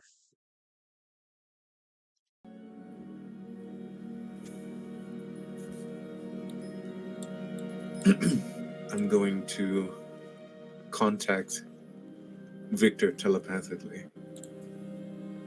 Victor, My lord. I have spotted Cersei. They seem to be trying to avoid me or my detection. I'd like you to investigate. Very well, but my lord, perhaps this is a good thing. Cersei, well, I do not trust. Not her. Not any of them. But her the least. Well, obviously, which is why I'd like you to investigate. Perhaps they are planning something. And you, as my right hand, I trust you the most. I assume you'll do as you're told. Of course, my lord. As you wish. Thank you. Report any findings. And please, try not to draw too much attention to yourself. It was never in the plan, no. Good. And let's not forget, Victor, you know what happens if you fail me, yes? It is not an option, sir. Perfect. Well then, hop to it, Victor. And Stark and Tyga will continue moving over to the pool, I suppose.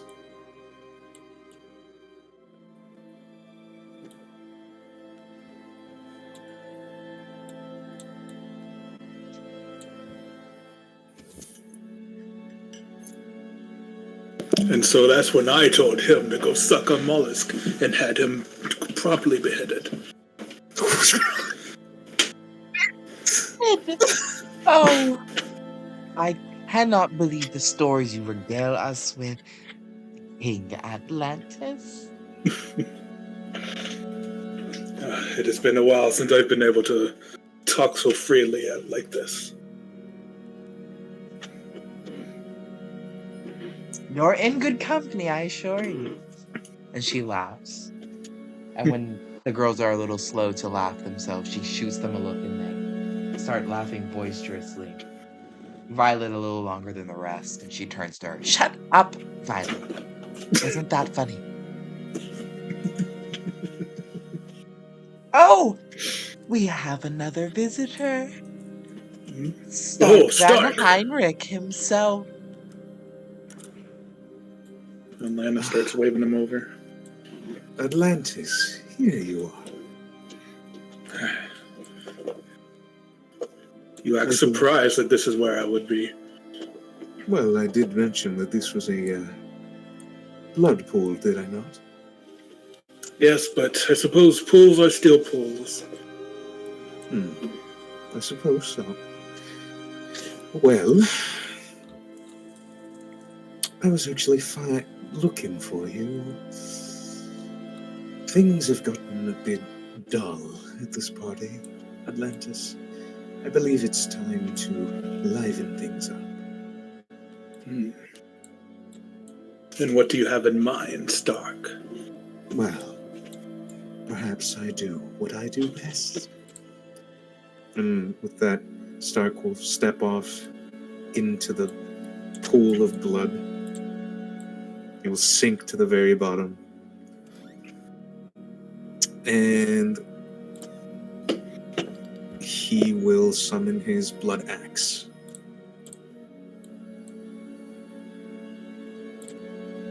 The pool of blood begins to bubble, and the vampires that were in it begin to slowly move out. Whispers And begin to fill the room as all eyes watch, waiting, wondering what is going to happen next. And with the forming of Stark's blood axe, he will cast Water Walk and slowly rise from the pool of blood.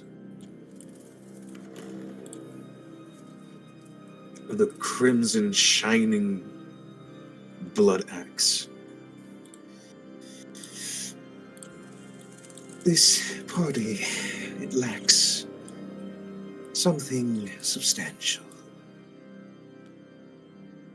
Music.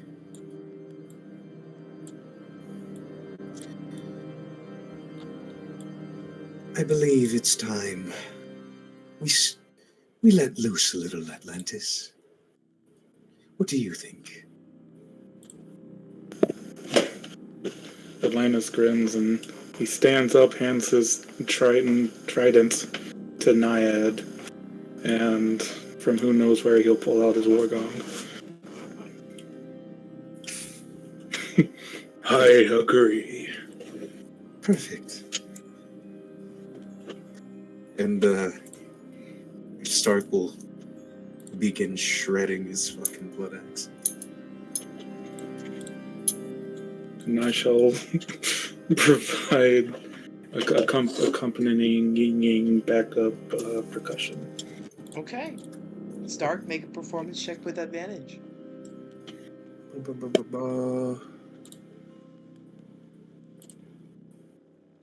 28.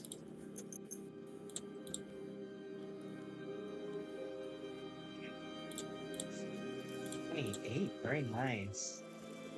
And it's not long before the room begins to fill.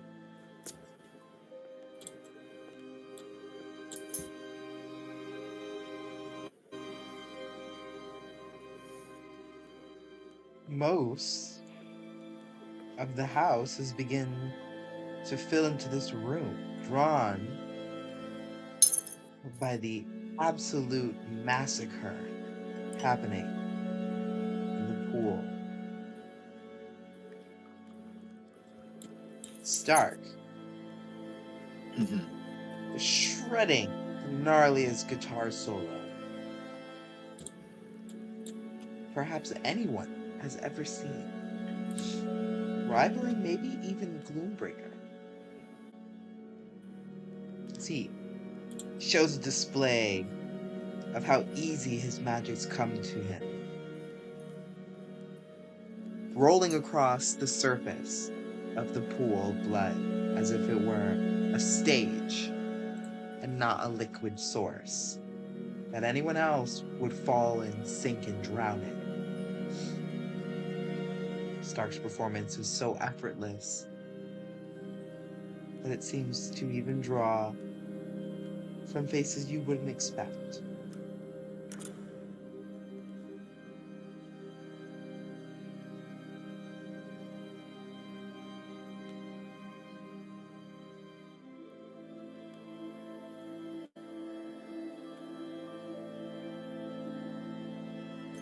Oh shit.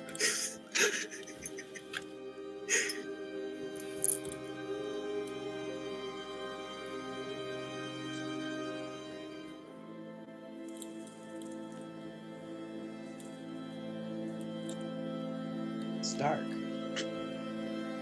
Mhm. how do you end this amazing performance? How does someone end a performance like this? Well, let's see. How would I end this performance? Mm-mm-mm-mm. Oh. Yeah. Yeah, sure. Okay. So, Stark, in his final riff, will hold up his hand as far up as he can and summon. Oh, well, as soon as he strikes down on his axe, a swarm of bats disperses across the room, and the reverberation from his axe uh, makes a sort of splash zone from the pool of blood, splashing all nearby tenants. And as he's making his final strike, Lannis will use Druidcraft to make wind blow his hair.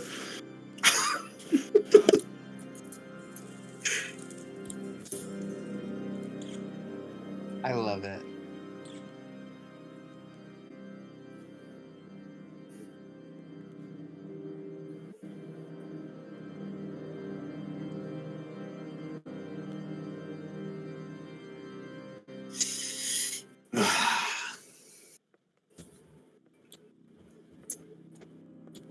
Sorry, hold on 1 second. I just lost all my windows. It's fine. That's not good. There we go. The The rocks tremble. performance of an unlifetime. Stark Van Heinrich, you've graced this ball. To know that you are a performer as well as talented sorcerer. You truly are the one to have your eye on, aren't you? Please, I merely wish to each and every one of you for accepting me into your society and inviting me to this ball.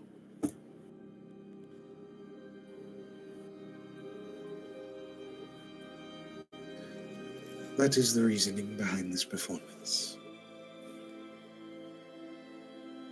Nothing more, nothing less, Stark says as he steps off of the pool.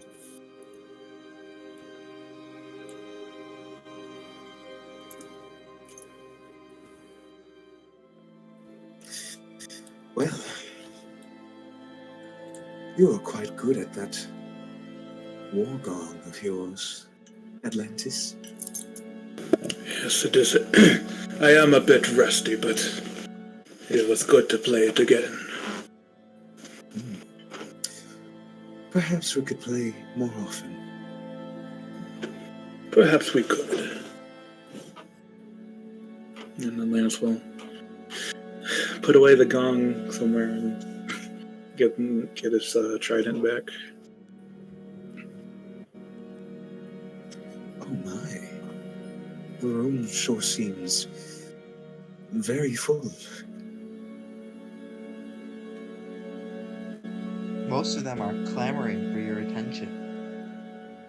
Oh. Oh, Lord.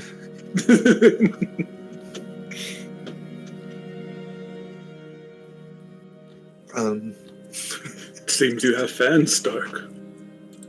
You're immediately bombarded with greetings from every noble that entered the room. They're each stepping in front of one another, healing toes, just to greet you. Just to make sure that you know their name. Oh my God. There's one, however, in the crowd that stands back and watches. Continue to make eye contact with her. Stark will look at her, smile, and wave.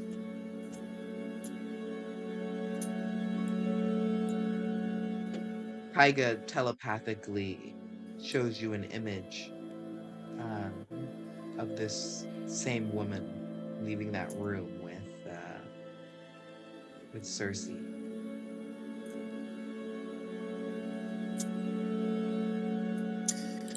Perfect. Telepathically,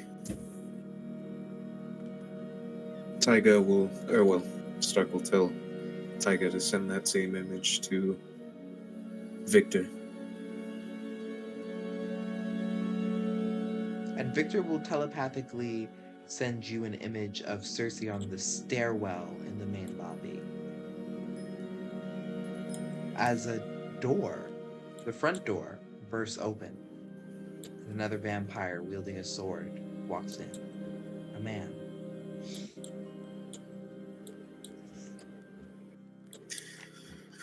Well, As this happens, the other figure disappears from the crowd.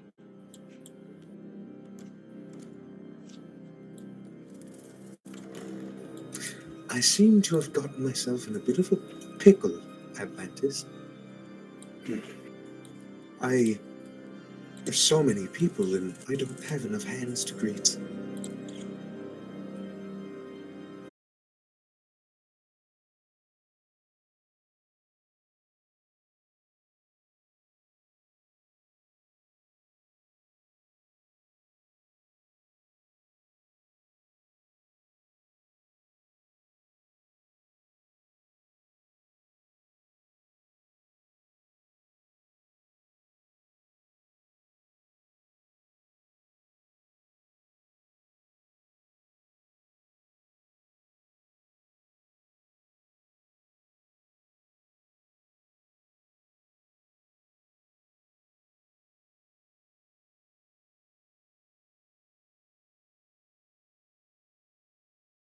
Stark, if you would like to take a seat.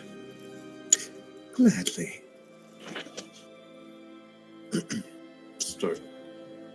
I suppose if there's room, he will sit beside Atlantis.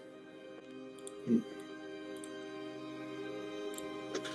everyone make a line. Anyone found cutting the line or otherwise making a disruption will be removed forcibly by me.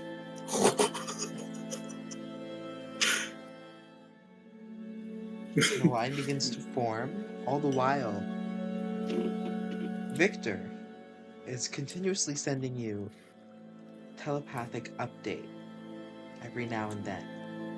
There's a scene unfolding, not very far from where you are. The man speaks, addressing what seem to be 3 of House Mada's daughters.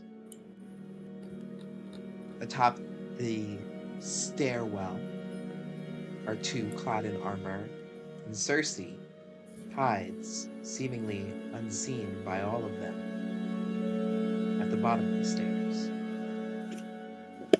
Victor can see her from his vantage point, just at the doorway behind him. The man that burst through the front doors,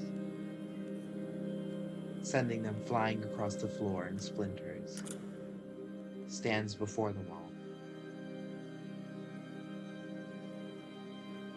A party. You are really throwing a party. It amazes me to think that through everything that is happening, you are blissfully ignorant enough to do this. And not one comment sets off a shouting match. One that now you, while absent-mindedly greeting these no-faced vampires, can hear from the pool room. Atlantis, you're just about to rough up a little vampire girl who started whining about her place in line. When you hear this too, yelling from the front lobby. Oh my. It seems the main event has started. The Lance will toss the girl aside into the pool. And just basically just has lost complete interest in her. Let's go see what the hubbub is. Very well. Should we be prepared for battle? Or are we just Please, spectators I am this always prepared. Very well. Naiad, stay at my side, and if things get bad, then you shall find safety. I suppose I could display another show for these people. Tyga, follow behind. And Stark again steps onto the pool, and this time he's going to summon his Warhammer. And Lance will look back at Lily and say, "My lady," She blushes. nodding at her. It was give her a little grin before bounding off.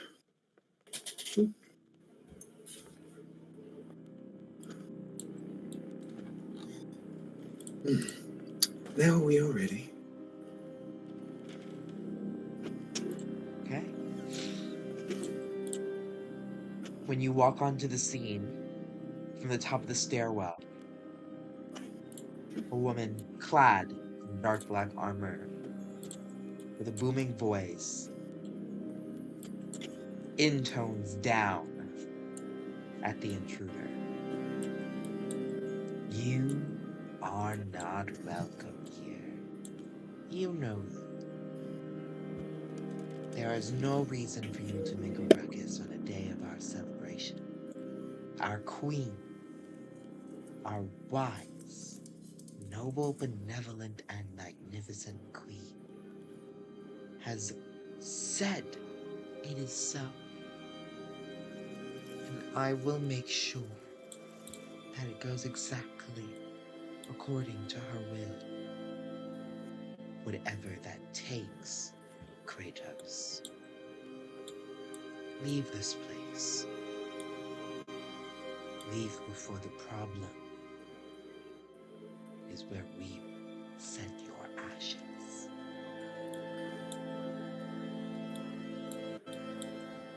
If you think you can scare me away with some half-hearted threat, then you really don't know me as well as you think you do.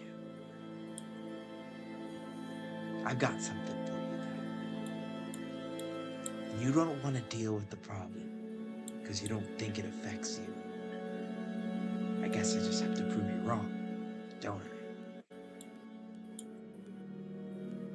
You don't think things are changing? You think your queen is going to lead you to a bright future? Well, I hope you enjoy those archaic rules, your silly laws, your fickle code. And I hope it gives you all the tools necessary to deal with what comes knocking at your door next. Enjoy your party.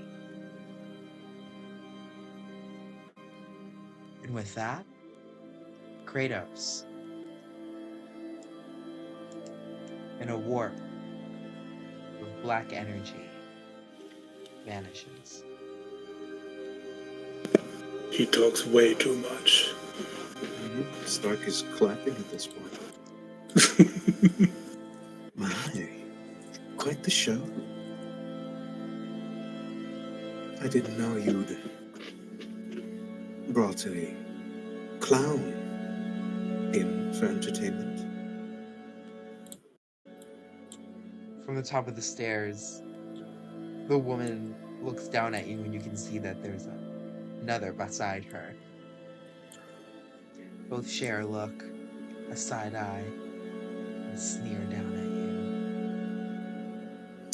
Stark merely smiles back.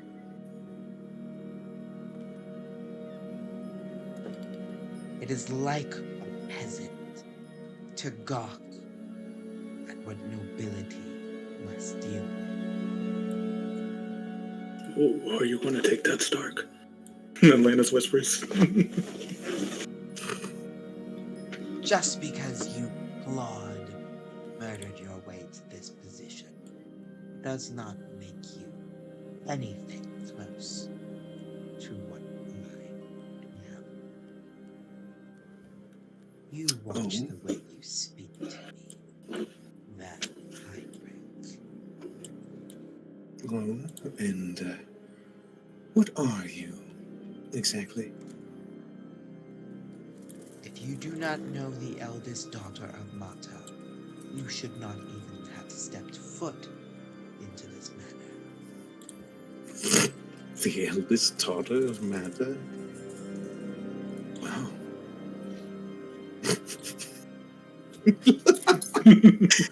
Stark just fucking laughs. You can see that there's fury and rage in her eyes, and her companion looks a little nervous. She puts a hand up, but immediately the eldest raises hers, almost sensing.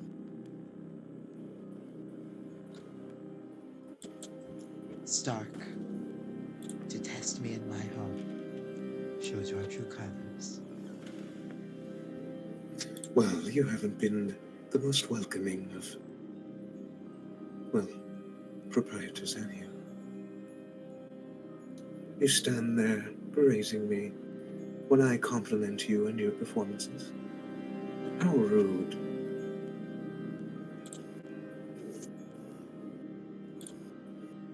Hope to see you again. Out in As the do world, I. where many things happen. I'm sure we'll get to share a cup of tea, maybe. A glass of blood wine, if you will. We may share many things.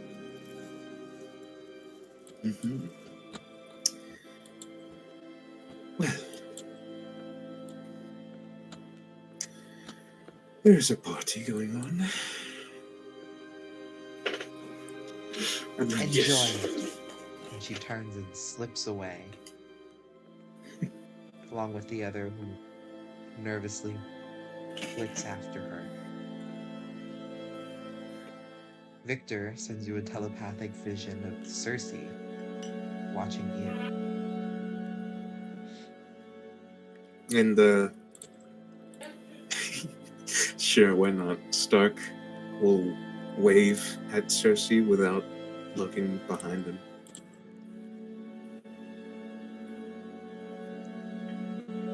I'm still in a good mood. What should we do next, Stark?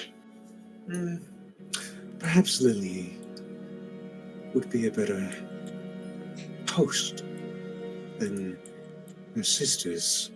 They were quite rude, don't you think? Yes, I do prefer her much more so far. Indeed. Speaking of, I've yet to see the Queen. Isn't she normally at these soirees? Well, I'd imagine the Queen is in her quarters. Or, well, the throne room. And, well, you've met the Queen. I doubt she'd really want to be around any of us. Yes, I suppose so. She did not seem to care for you much at all. Obviously. She didn't even care for her people. As that one vampire who burst in here had mentioned.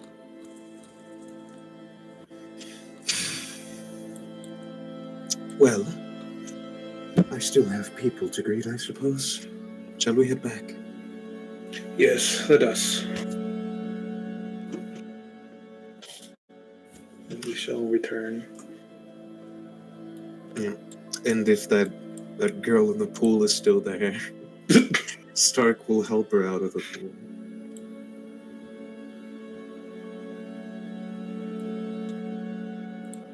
That's nice. Yes, and he will greet her first. And then push her back in. Atlantis, you can push her back in now. I've greeted her. Push her. By this time, people have already started to fill back in, and some people filtered out from the pool. A good amount of them followed you when you left the room, of course, because groupies. But there's a little interest lost since all the theatrics have died down. But there are some people still hanging around, waiting to see what happens next. All the while, you head back to the pool room. Of course, there is something that happens next. Oh, fuck. God damn it. I just came to dance. Come on, man. It's hard to dance and play music at the same time. You should have seen me on that fucking pool. I was pulling out moves. I was shredding that shit. All right. The echo of cries and anger begin to grow louder and louder. There are some vampires that have gone toward repairing the doors. And Victor catches a glimpse of Cersei head upstairs. And a glimpse of what seemed to be torchlight glowing in the near distance just outside the manor. Oh, shit. Stark, is this normal? Atlantis, I believe we're going to have some uninvited guests soon. Oh. Say no more. Oh, I guess I do need to exercise more. I have been losing a bit of my muscle. Muscle you never had any to begin with. Oh, would you like to test that? Here. Perhaps after this problem has been dealt with. True. Very well. I guess there is no time to greet any others. I guess we'll head out towards Victor, and on the way, Stark will contact Godfrey. Godfrey, I believe we might have some uninvited guest, but you're interrupting the ball very soon. If you could meet by the stairwell, that would be lovely.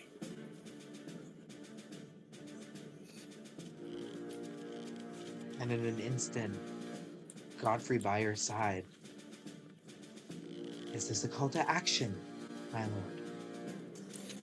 Well, they were wielding torchlight. I highly doubt a vampire would need torches. So, I can only suspect. This is an attack. An invasion, if you will. Dirty humans, more than likely.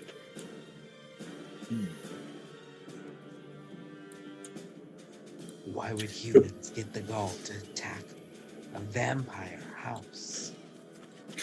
It's a suicide mission. Well, strength in numbers. That and humans are not the brightest. Very true. There are a lot of them, but they're not the brightest. Of the Like races. ants. Pests.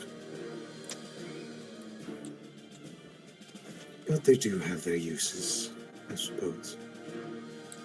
See, it takes me a minute, so Atlantis is going to begin preparing a tsunami spell. Oh shit. You're going all in, huh? We got a party to get back to. Might as well end it quickly. I guess you're right. Uh, let's see. What could I? Oh no, but I have to reaping stance for that one. That sucks.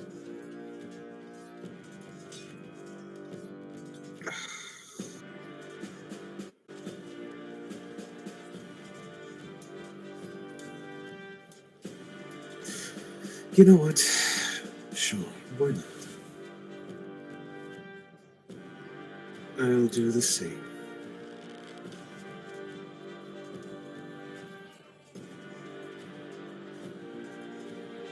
So what I'm are not you going. both doing?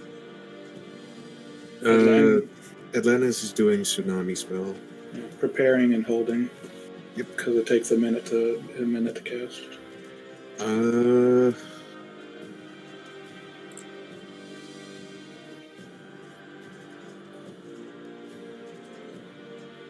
ooh. Waved.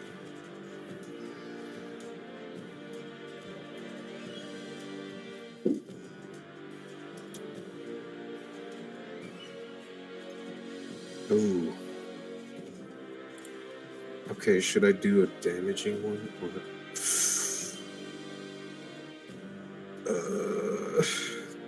Because all of them need sewing stance. Yeah. Okay, we'll hold a mass suggestion. Okay. I like the juxtaposition. The Lance's force and Stark's gonna persuade him. All right.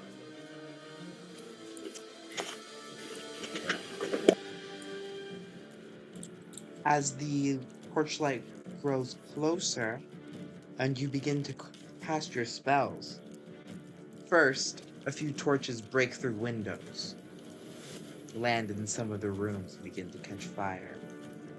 All the while, small rolling balls begin to roll into the front lobby. The door is broken, it's easy for them to make their way in. Eventually, it rolls far enough to land right in between you and Atlantis, Stark. You look down to see it explode. Everyone roll initiative.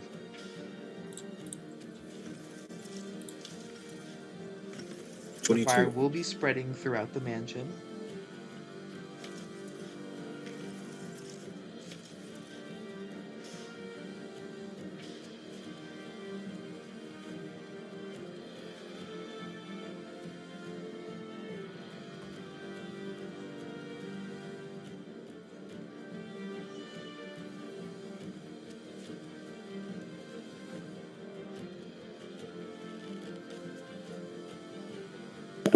Oh, I was muted. Natural 20 for a 22. Very nice.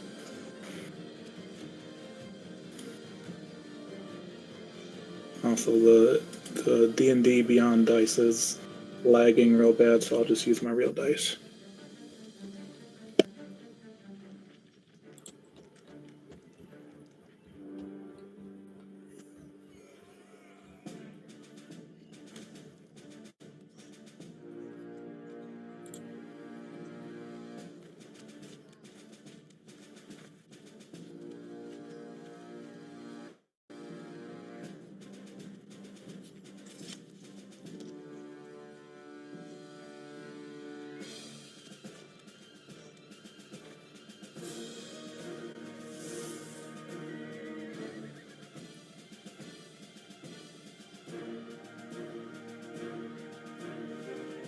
There we go.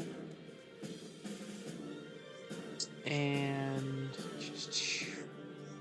we are going to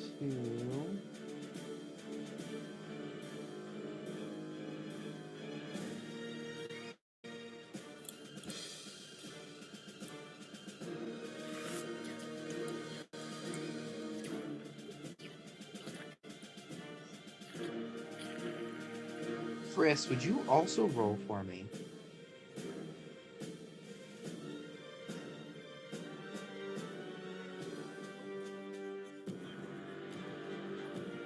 Wait, Atlantis, you also rolled a 22? Yes, with a natural 20. Oh, so you're going first automatically. I think. 18 is gone. Okay. I'm not sure how natural 20s affect initiative rolls, honestly. It's a check, so it doesn't do anything. It's just Oh. attack rolls that the crit So roll what's- applies to. Then, So what's your dexterity? I get a +4, so. Okay, That's yeah, fine. you go first. Yep. Me first. I get to tell all these pathetic people to leave.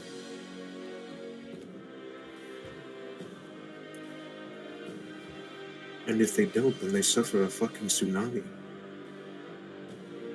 Yes, and I put the fires out. It's a win-win.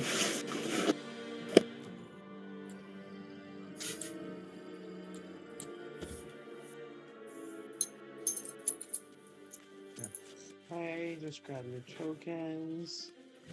Sorry, what was the initiative for you two? Stark 22, Atlantis 22.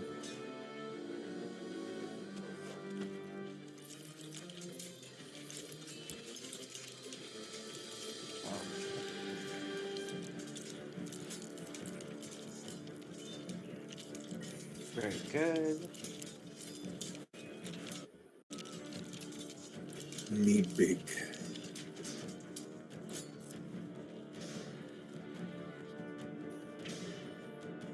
Now, Stark Atlantis. You are gonna see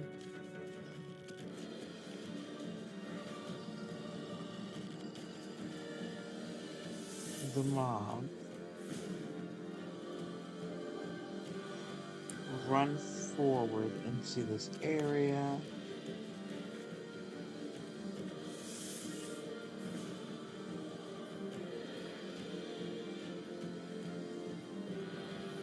Screaming in this horror-filled rage.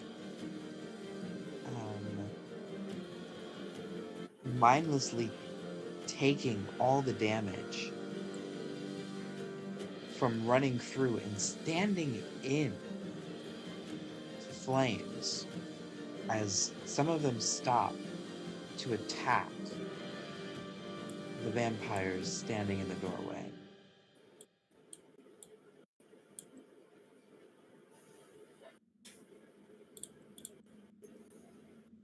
And they'll throw flames at the top of the round. And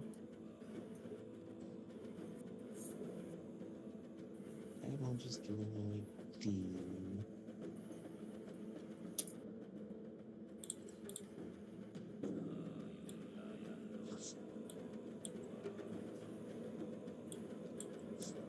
So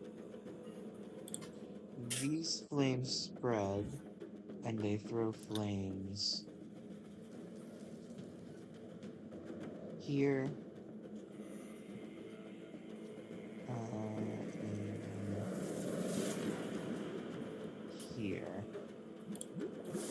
Cool.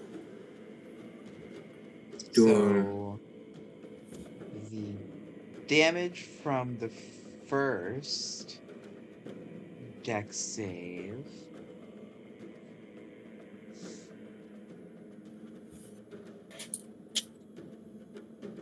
was, well, the DC was 12, so it's pretty low. Oh, there was a dex save? I didn't know we had to make a dex save. Yeah, from the bomb that they started with. I forgot to give you the damage.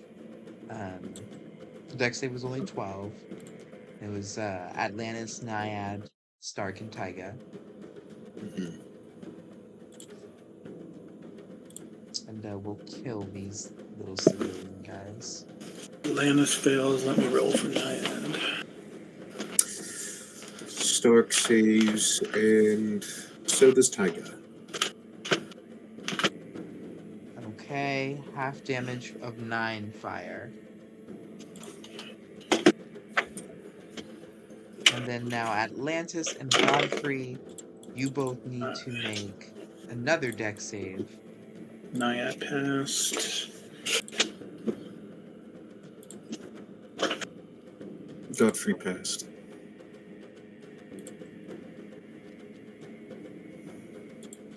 It is half of 10 fire damage. Let's see.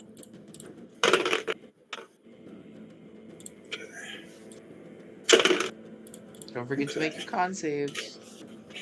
Yeah, we both passed the second one. What was the first damage? The first damage was half of 7, I think, or 9. Well, if I failed, Atlantis failed, so. You failed your was the full- concentration save? What was the full damage? Was it 7? It Yes, I was. believe so. It was Okay. 8 It was 8. or 9. It was 9. It 9 was fire 9? damage. I thought it Yep, was 9 9. fire Yeah. damage. The full damage was 9. If you passed, you take half. And the Passed the second one first was- concentration. And what was the second damage? 10, or half if you passed. Half, so I also passed that one. Okay. I rolled a 30 on my con, so I should be fine. All right. Cool. Do our prepped spells go off? Finally. They will on once initiative 20 starts. Okay.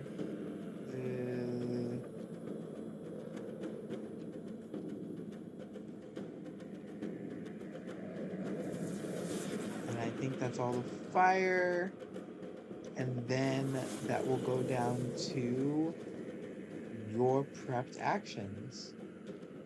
Whoa. Do they go off at the same time? Because that's going to... Do you want to do yours first? It's up to you, because if it's the same time, then mass suggestion really isn't going to matter, and the same if you go after.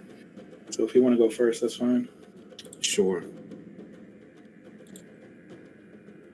I'm going to mass suggestion this group in front of the doors. I'm going to command them to grovel. But first they have to make a wisdom save. The DC? DC 24. They fail. How many do you target? Let's see, how many are in each group? You can count each of the circles as one. Okay, let's see, 1, 2, 3, 4, 5, 6, 7, 8, 10, 11, 12. So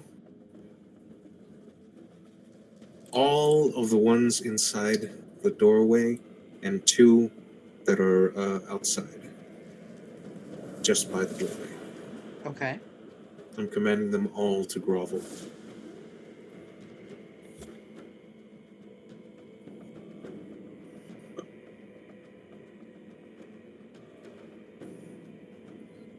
Is that command or suggestion? It's mass suggestion. Okay. Okay, if I need to word it differently. Well, I will. no, you don't have to word it differently at all. Okay. I am going to say fall as they breach through the doorway.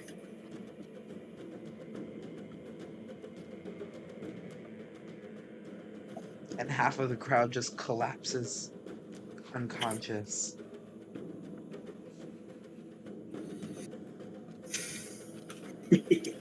And Stark merely steps back as he knows what the fuck is gonna happen next. That's right. Kneel before your king, peasants. As he unleashes his tsunami. Let me get my thingy here. I don't know how the walls are going to affect it. but as it moves forward, but we'll see what happens. How tall are the ceilings? They're In about this 100 hole? feet tall. Okay, we'll do 50 feet tall. In And, this room particular, yeah. it's you got like a very high I don't know- vaulted ceiling. I Holy don't know if shit. you can see this line. I could make it a lot longer, but that'd probably do a lot of damage to the castle. So Yeah, I don't think the queen will appreciate you blowing the shit out of her castle. What the fucking hey, I stopped the intruders. What do you want from me? If those 5 are unconscious, then I guess they automatically fail their strength saving throw. And we'll take. Let's go take forever.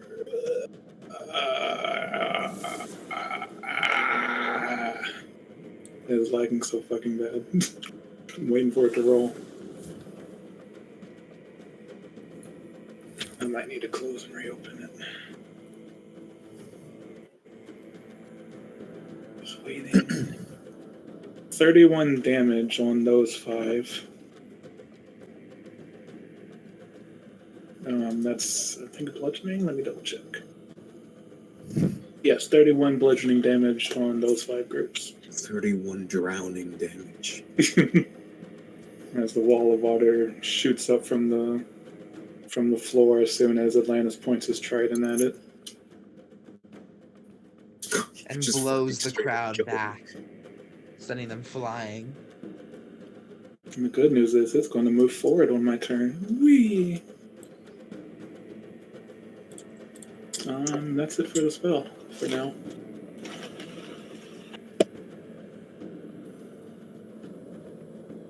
That's gonna go to the crowd again.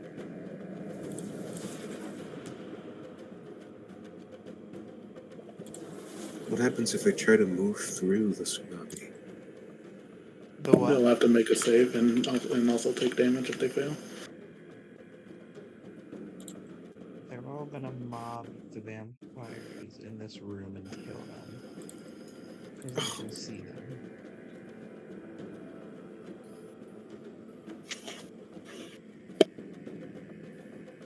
What are the rules for throwing things through it? Let me see. Creature.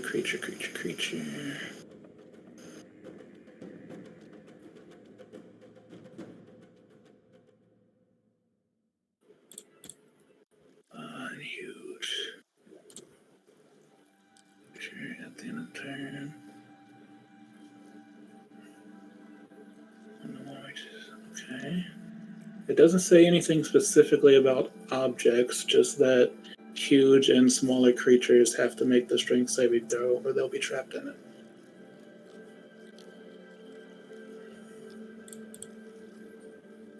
I'm gonna say you probably can't throw things through it, so that's gonna be Makes the sense. end of their turn.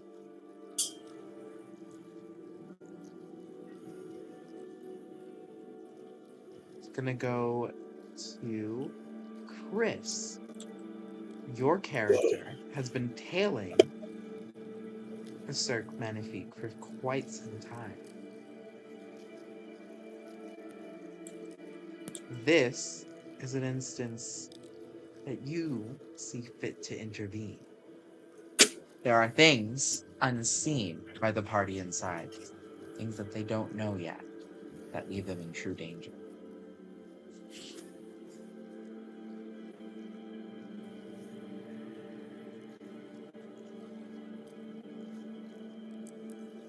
All right, so my character's coming in and he's against this horde. Is that correct? Correct. Okay.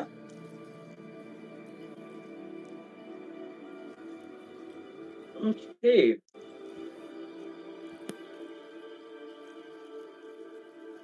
Well, you know what? In the words of J-Lo, let's get loud.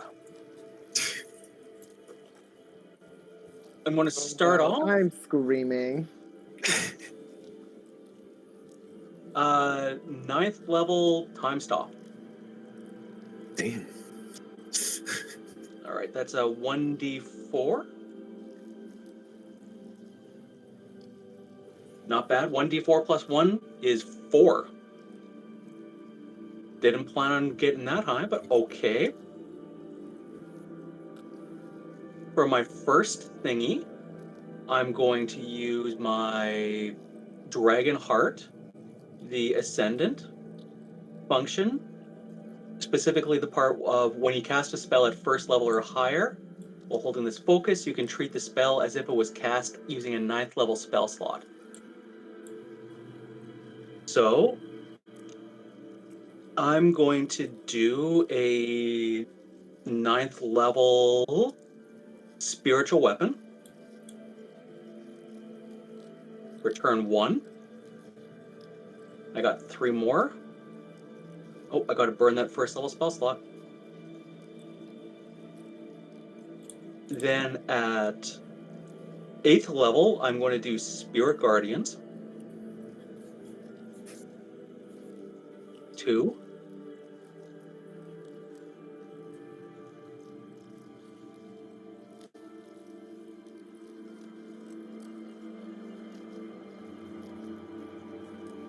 I didn't expect to roll a 4 on my time stop.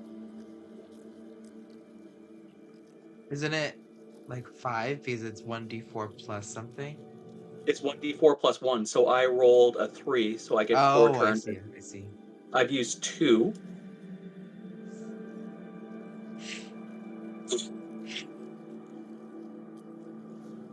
Doesn't it end if you do something to someone, though? Yeah, it does.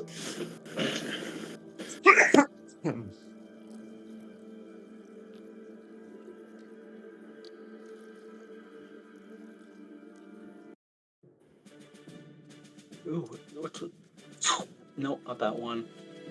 No.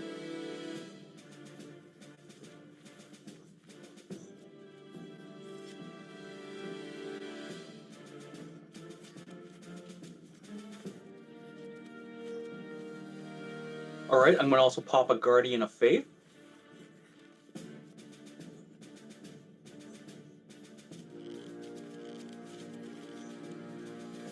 And then I'm just going to pop into the middle. I guess this is me. And we're just going to start fucking shit up. Let's go. He's in the middle of everything.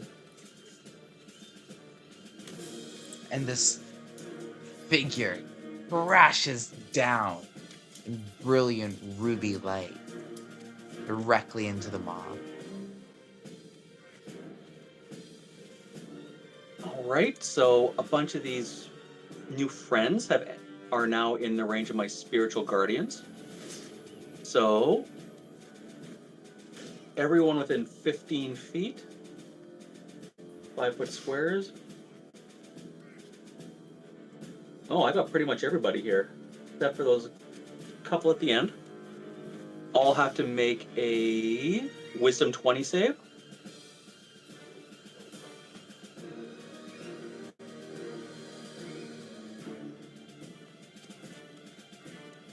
Okay, so once their turns start, they'll make those saves.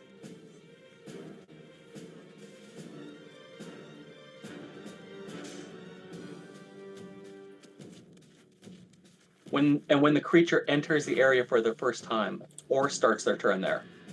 So since I went in, I think you entered their space. It's the same way that attacks of opportunities work. Okay. All right. Then I guess that's going to be turn. Okay. Oh wait, I still have a bonus action. I was gonna say you can't use your spiritual weapon. And also, what is your spiritual weapon? Ooh, let me get back to you on that one. I haven't actually thought of that. And don't forget about your avatar's turn. The familiar. I'm going to leave him back on this one. Okay. All right, so I'm just going to take a swipe. We'll say the guy directly to my north for an 18 to hit. Spiritual weapon. An 18 will hit.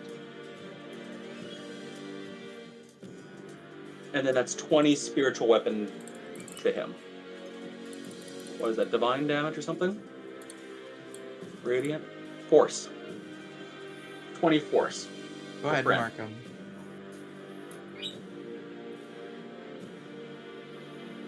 All right. And that'll be turn.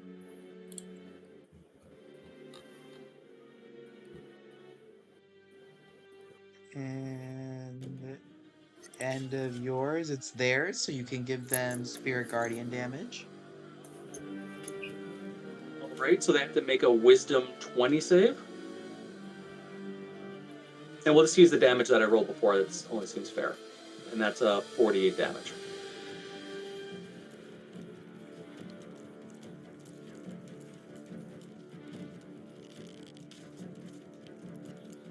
No, not gonna make it.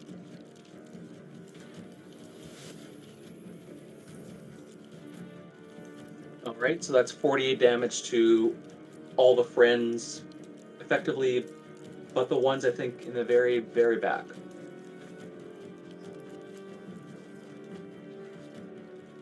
Do they have 48 HP? I'm gonna say you take out these guys here.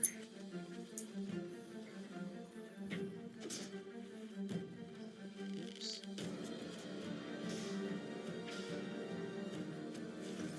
We're in the flames.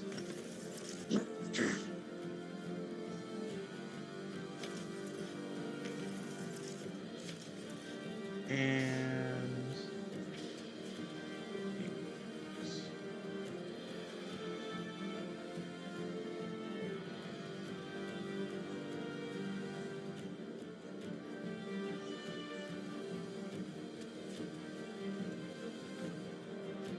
all right. And they all look thinned out. These packs and clumps of humans rioting and raging.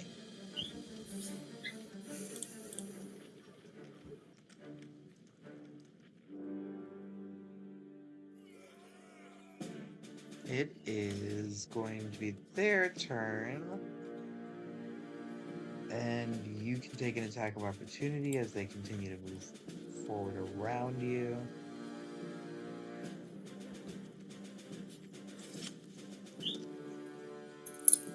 Most of them don't attack you except for those who've taken damage from you. The ones that do take damage from you, stop. A lot of them would have. Like from center of me, 15 feet gets everything but like the ones right against the tsunami wall.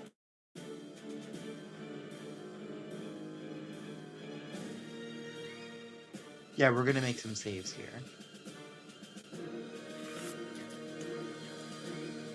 All right, I think if they save, then they get half. Huh? I think if they save against spirit guardians, they get half damage. Oh, really? Oh no! Wait.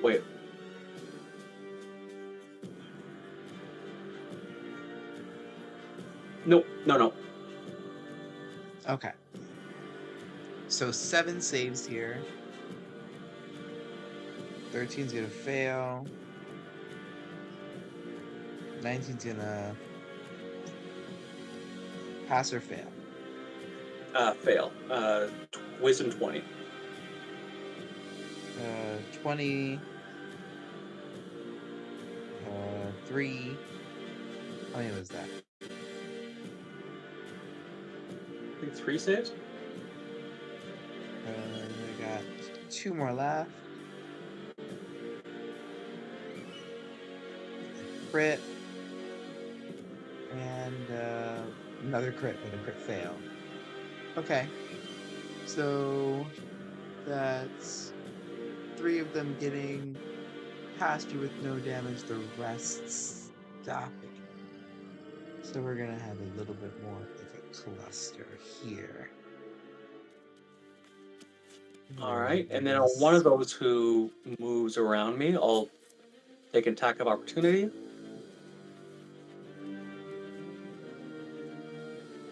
Oh, I got a 1. Oh, cool. Gonna miss. They'll make attacks on you.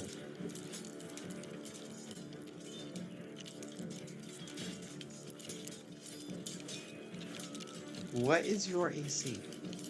26. 26? Do you have shield? Maybe, but I just used my reaction.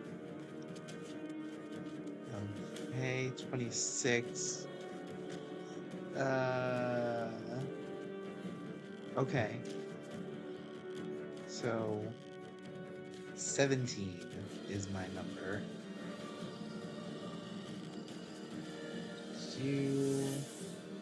I am going to roll for these little bad boys in one go. And we're just gonna go.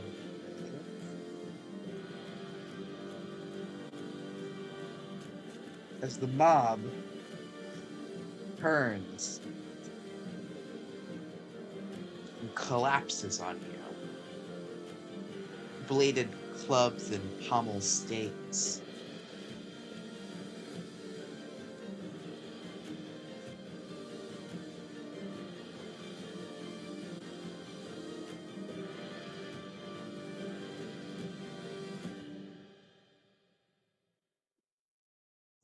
It's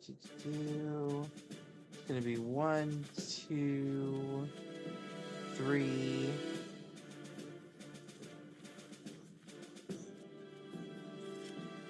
4 hits and 2 of them are crits.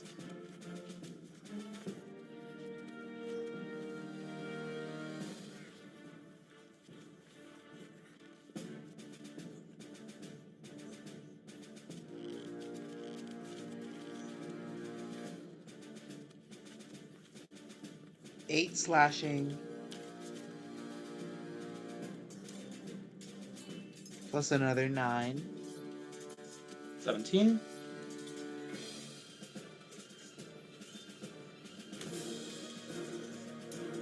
11 piercing.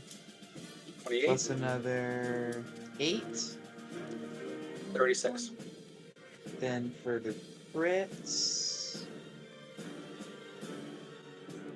26 slashing. Plus another 14. And then 16 piercing. Plus another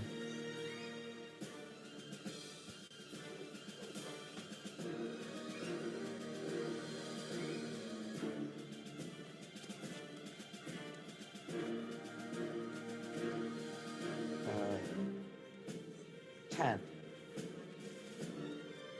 All right.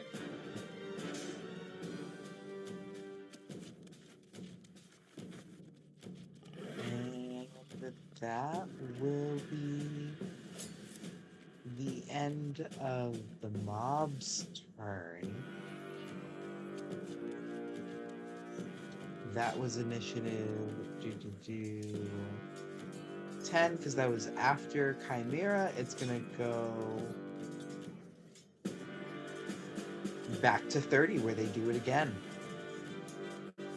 Hold on to your britches. So they just started a turn in my spiritual weapon? Or They did. all right, so let's get another 1, 2, 3, 4, 5, 6, 7, 8, 9, 10, 11, 12, 13, 14, 15, This 16, is gonna 18, go 19, 20, 21, 22 wisdom saves.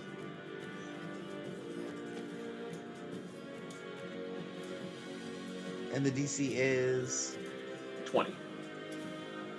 DC is 20.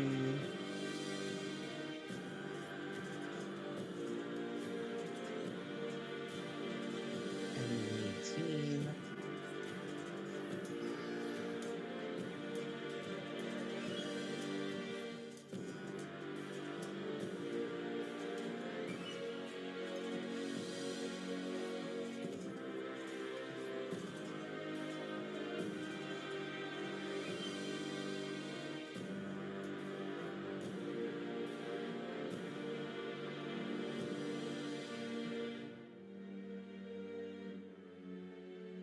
Okay. 1, 2.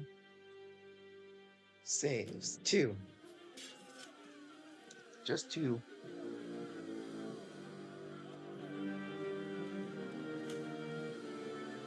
All right, damage this round is 38.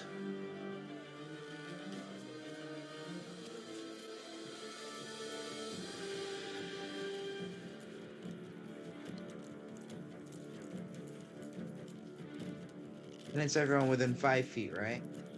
15. Say again? 15. 1-5. Ooh. Yeah, that's why I was saying that I thought there should be more damage to the people up front. Yes, I did not realize it was 15.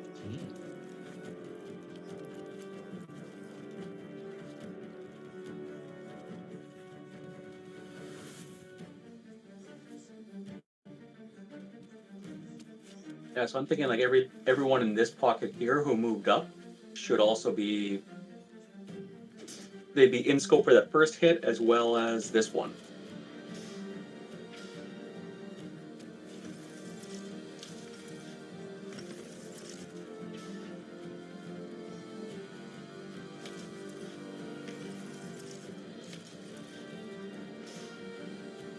Definitely thinning out the crowd. And what exactly does your spiritual guardian look like? They're going to look like hundreds at level 9, hundreds of small infant dragons. They're feral, they're snapping, they're just destroying everything in a cloud as if they were locusts moving through a space.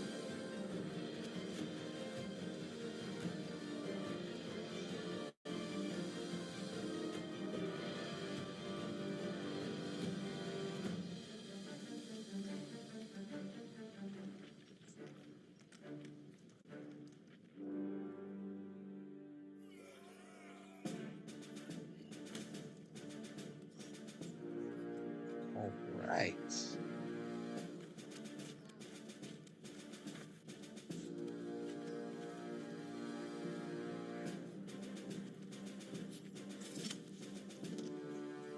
That is that was the beginning of their turn. And what's left will still attempt to mob you. So, forgot to call it out last time, but one of the spells I did cast during time stop was Guardian of Fate. So, as they hit me, they needed to make a Dex 20 saving throw. And if they fail the saving throw, then they take 20 radiant damage. On a fail, half as much as a success, and the Guardian goes away once it's dealt 60 damage. Okay, what's the DC again? 20 Dex.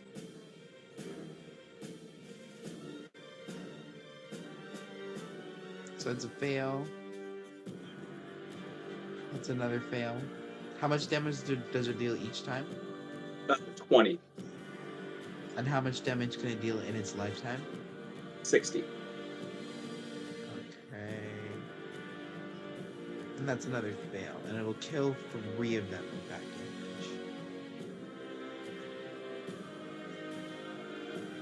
Sending those crowds reeling backwards into flame from blazing radiant light. Their distorted, terror-filled faces almost immediately cemented forever in that final shape.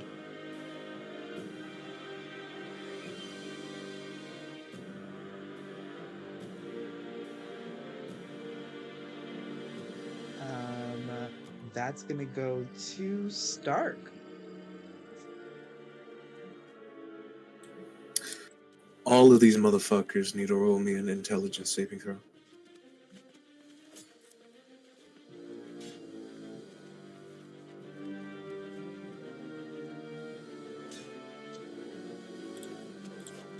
All of them? Can you see them through the wall of water?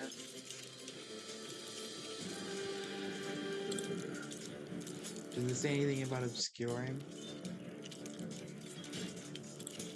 No, it's surprisingly lacking a lot of the extra information. Yeah, I'm gonna say that you can't really see anything behind this wall of water. You can make out some shapes and things like that. But if you need to target a creature, you wouldn't be able to do it.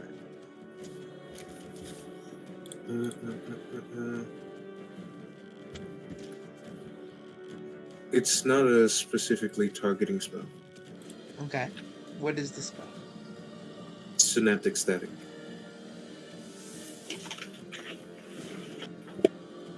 Okay.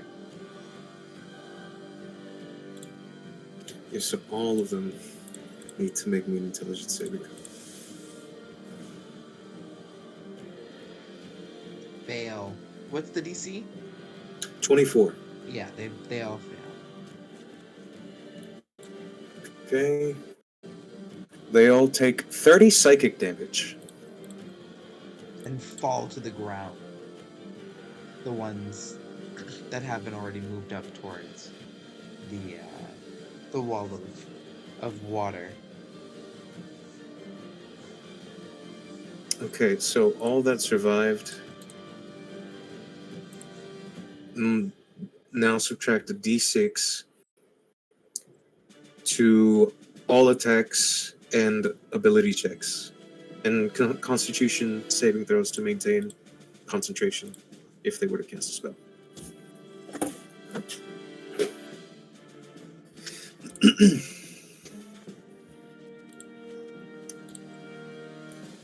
That was my action. Let's see. Bonus action.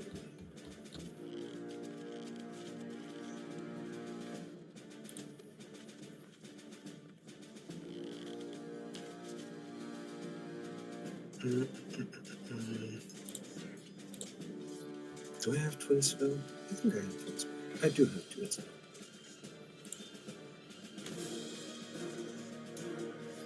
I'm going to twin spell.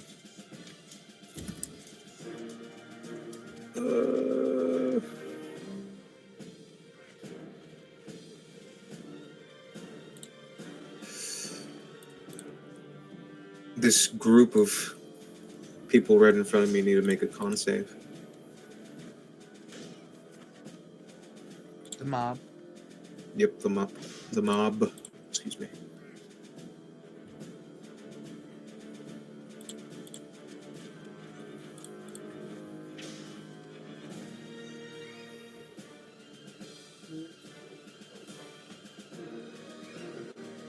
What's the DC? 24. They fail. Oh no, I lied. Actually, one fails. Oh, just one. Oh, just one. Are you targeting them? Feature. Yeah, it's a target spell.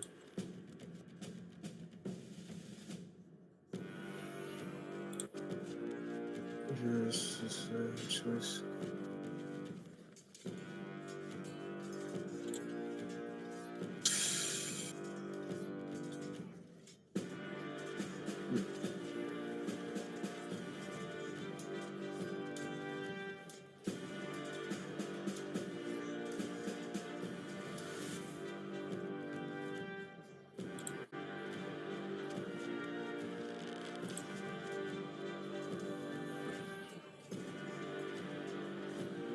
Yeah, so specifically one creature you can see within range.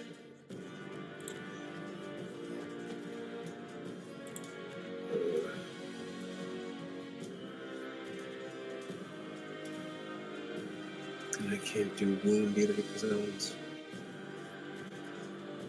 see within range too. Well, then I'll just take back my sorcery point then, if I can't target.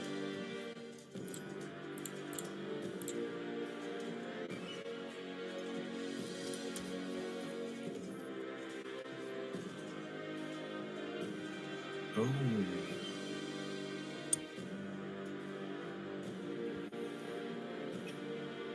Actually, What level was that spell?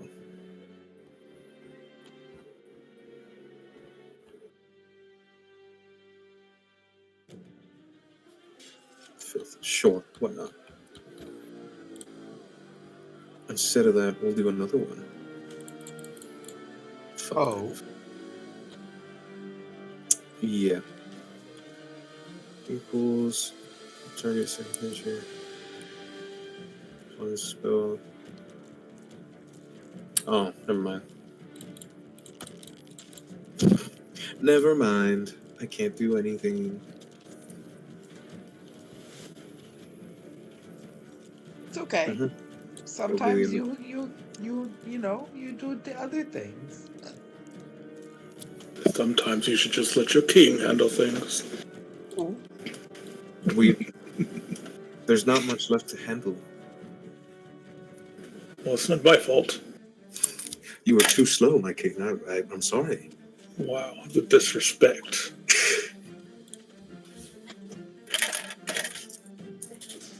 Shut up and push your fucking tsunami already, Jesus. Fine.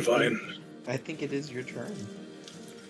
So I don't know how you want to roll it hitting walls because there's no raw rolls or even like a tweet from what's his face, Yeah. Jeremy Crawford.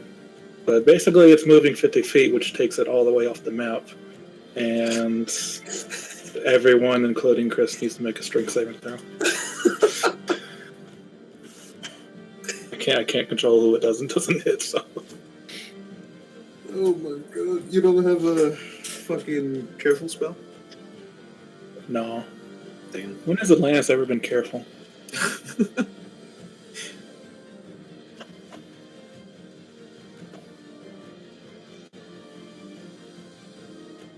DC 18. Ooh, come right past 18 strength.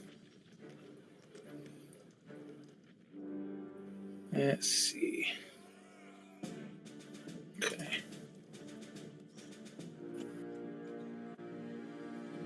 I'm still lagging. I didn't even try to swing through the fucking tsunami. Would that count as entering it? Because you probably would have got swept up in. Maybe. I don't know. 32 bludgeoning damage if you failed, 16 if you passed. And, let's see. What was the DC? Strength 18.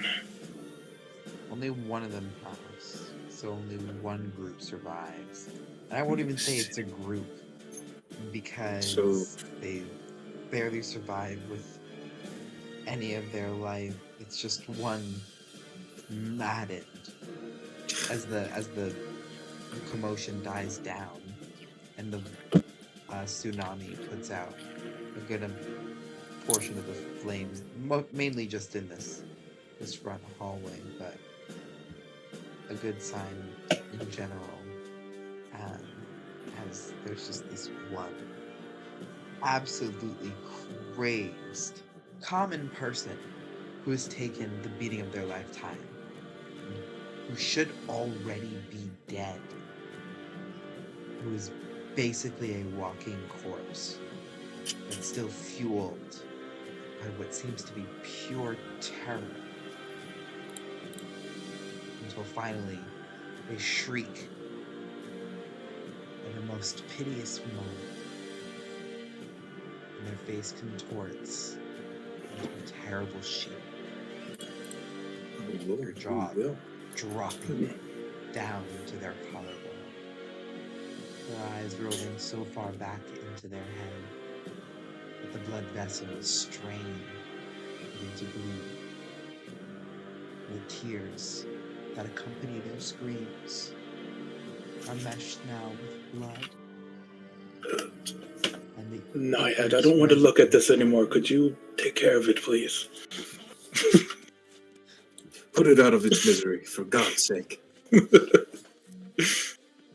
Naiad can make 2 psychic touch attacks. And it just screams and dies, and its body's petrified in this form of just terrified. Absolutely. He stands there for a moment, just like making this sort of horrified / disgusted face, and then he remembers the fire and casts create water at 6th level to basically a cube large enough that it's going to rain on everywhere that there's fire right now. I also So assume fidget- Godfrey moved out of the flames. Yeah, I mean, he's smart enough to understand that. Yeah, create water, rain, get rid of fire.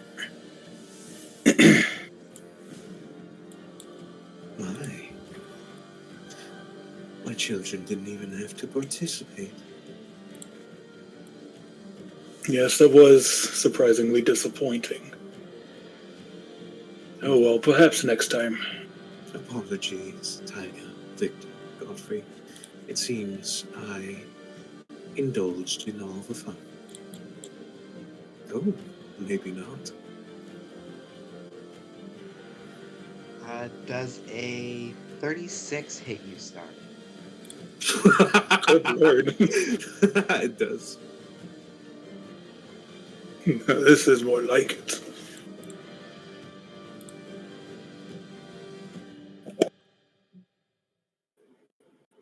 There's no way. That's sad. 19 bludgeoning damage. I need you to make a strength saving throw. DC is 21. Oh, well, I'm not making that in my life.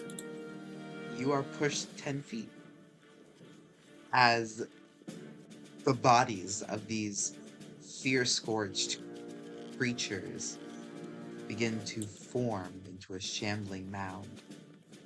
A limb made of torsos, hands, legs, and feet smashes into you, sending you flying across the floor.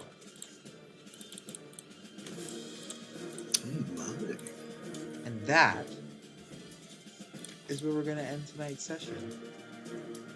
Whoa. Because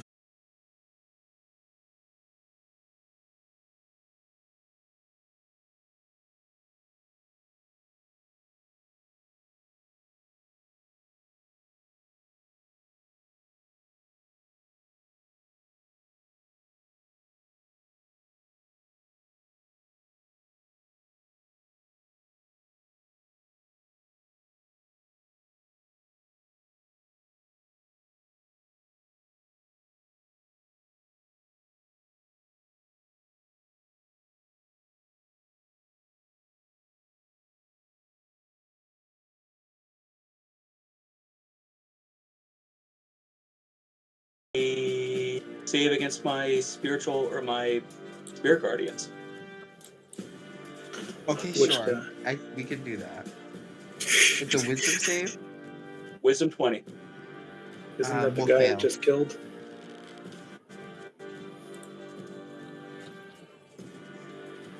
All right. Oh, he that takes, guy, the big guy. Yeah. Big Ugly takes 50 radiant. 50? I don't know if radiant means anything to Big Ugly, but throwing that out there. Not especially. Corny. Oh, not you. Sorry, something else. I was It's reading the text definitely message. an undead creature, though. You would know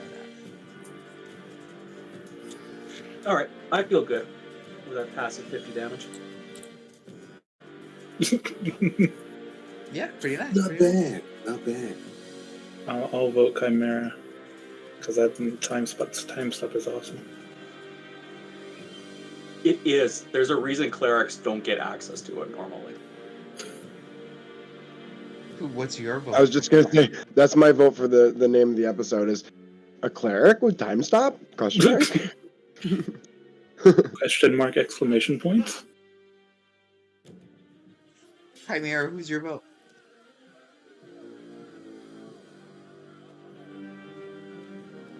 I'm going to have to say Atlantis. Even though he did hit me with his tidal wave, Not necessarily Well- his fault. He did it though. It was just fun listening to him and Stark roleplay. We walked right in front of it, but Yeah, I didn't say it was necessarily your fault, but you did. it did happen. Okay, fair enough.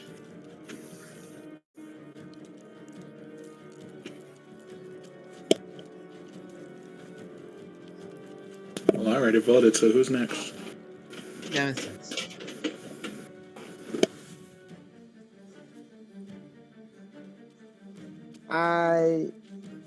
I'm torn because I really, really liked Dream riding on the back of a dragon and fucking shit up. That was really cool. But then Atlantis won me over when he tossed that bitch in the pool. So Atlantis.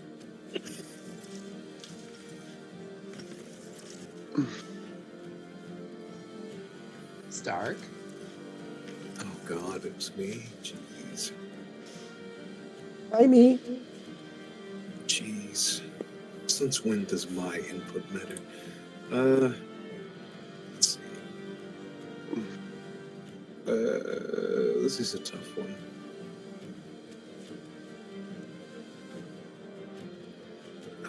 I have to. The roleplay was impeccable today. Atlantis. As always, it is very fun to roleplay with you.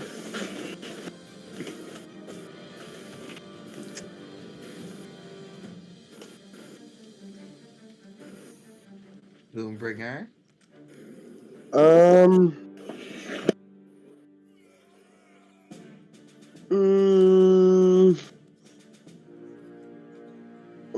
I'm struggling today, but I think I'm struggling because I don't want to do back-to-back votes, but I'm gonna give it to Nemesis again for just an effective combat session.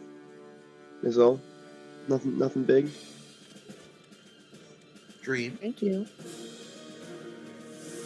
Chimera for a 24-week delay on their introduction. Thank you, Ben. Thank you. Your input is always loved. You know Ben has notes. I believe him when he says 28 weeks. Technically, it was 19 sessions, but 24 calendar weeks. Is this session campaign 3 or? Yes, finally we begin campaign 3. This is No, campaign 7. It's Oh. still Gloombringer, so Oh right, yeah, no. we haven't 3/4 of the way there. It's a slow burn, guys. It's a slow burn. It's gonna pay off. We're halfway through season 3. Listen, y'all gonna miss me being a super fucking support for y'all when I leave because all these fancy little buffs are gonna be bye. Yeah, you're gonna have to rely on Chimera for stuff like that now. Yeah, time stop, divine intervention, spectral guardian, It's a lot of power word things. heal. It's a lot of things you You're not- have, to be honest. You're not gonna miss any performances. Alright. Stark's taking over that aspect. I love the time stop combo on the cleric. Gonna be some Weird I shit. think, interesting stuff. was it a tie between Atlantis and Chimera? Atlantis got 3 I'll votes. give tiebreaker because my honorable mention is for It Drake. wasn't a tie. It was 3 from Atlantis, 2 for Chimera, 1 for Nemesis. Okay, so Atlantis takes it. I gladly take this honor I since I couldn't use my inspiration today. was struggling between Atlantis and Sun. I will admit. And me? Yes. Why me? Because I enjoyed our roleplay today. Aw. The vampire roleplay, I very much enjoyed it. I always get nervous when I have to do the scenes with myself. Well, they're very fun. I'm like, was- I don't know how crazy I sound right now, but here we are. I'm in my Yep. room talking to strangers online, pretending to be people in a make-believe world. You're But- amazing at it. With all that being said, we've got one last thing to do. We've got to name our episode. A cleric with time stop? It's about time. Oh, wait. Even though I really hate it, it's Ooh, also damn. really good. yeah, that's actually Damn. really good. Jesus. It's about time. Can we also like change this a little with Chimera? Can we say that like Chimera, can we say that like you moved through time, which is why you opened up with time stop? Like that's how you even got to that point specifically to be there. You're like, okay, I know this thing is going to happen, so you time warped, gave yourself your D4 time stop, and crashed in. That's dope. I like that. It's What the about time. fuck? Ooh, a little God. cable moment. We Little- keep little fucking time with travel time. moment. We Like, dude, keep fucking with time. What the fuck? the intervention that Chimera can pull off, like, and it's like can completely turn the tide of any fight. It's more like transpositional time than like actually moving through time, because we already teased that Chimera was around like I'm just way like, back at the beginning of season 3. It makes me want to play a super squishy character just so Chris has somebody to dote upon with all these heals and special time stop plays. I It's mean, always worth the fight. wait, that's true. I was going to say I damage myself by doing things, but There you go. You might be But Chris's favorite. I can't get healing from anyone else Oh, but shit, myself. I always forget it. I always forget. Yep. I'll always forget that. Mm-hmm.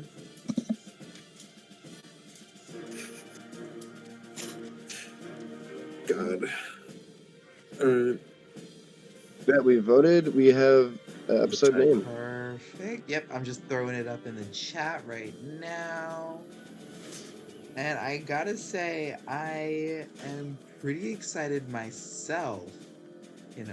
Not to toot all of our horns, honk honk, to find out what happens next week, because things are really revving up. And from here, I know the story is only gonna get better. I'll see y'all next week. But for now, we're gonna say goodnight. Good night. Good night, stream. Good night, stream. Buenas noches. Love you. Night, Oh, y'all. wait, I shouldn't say that. Bye. Make sure to get in line or I'll throw you out. Mean. In the pool. In the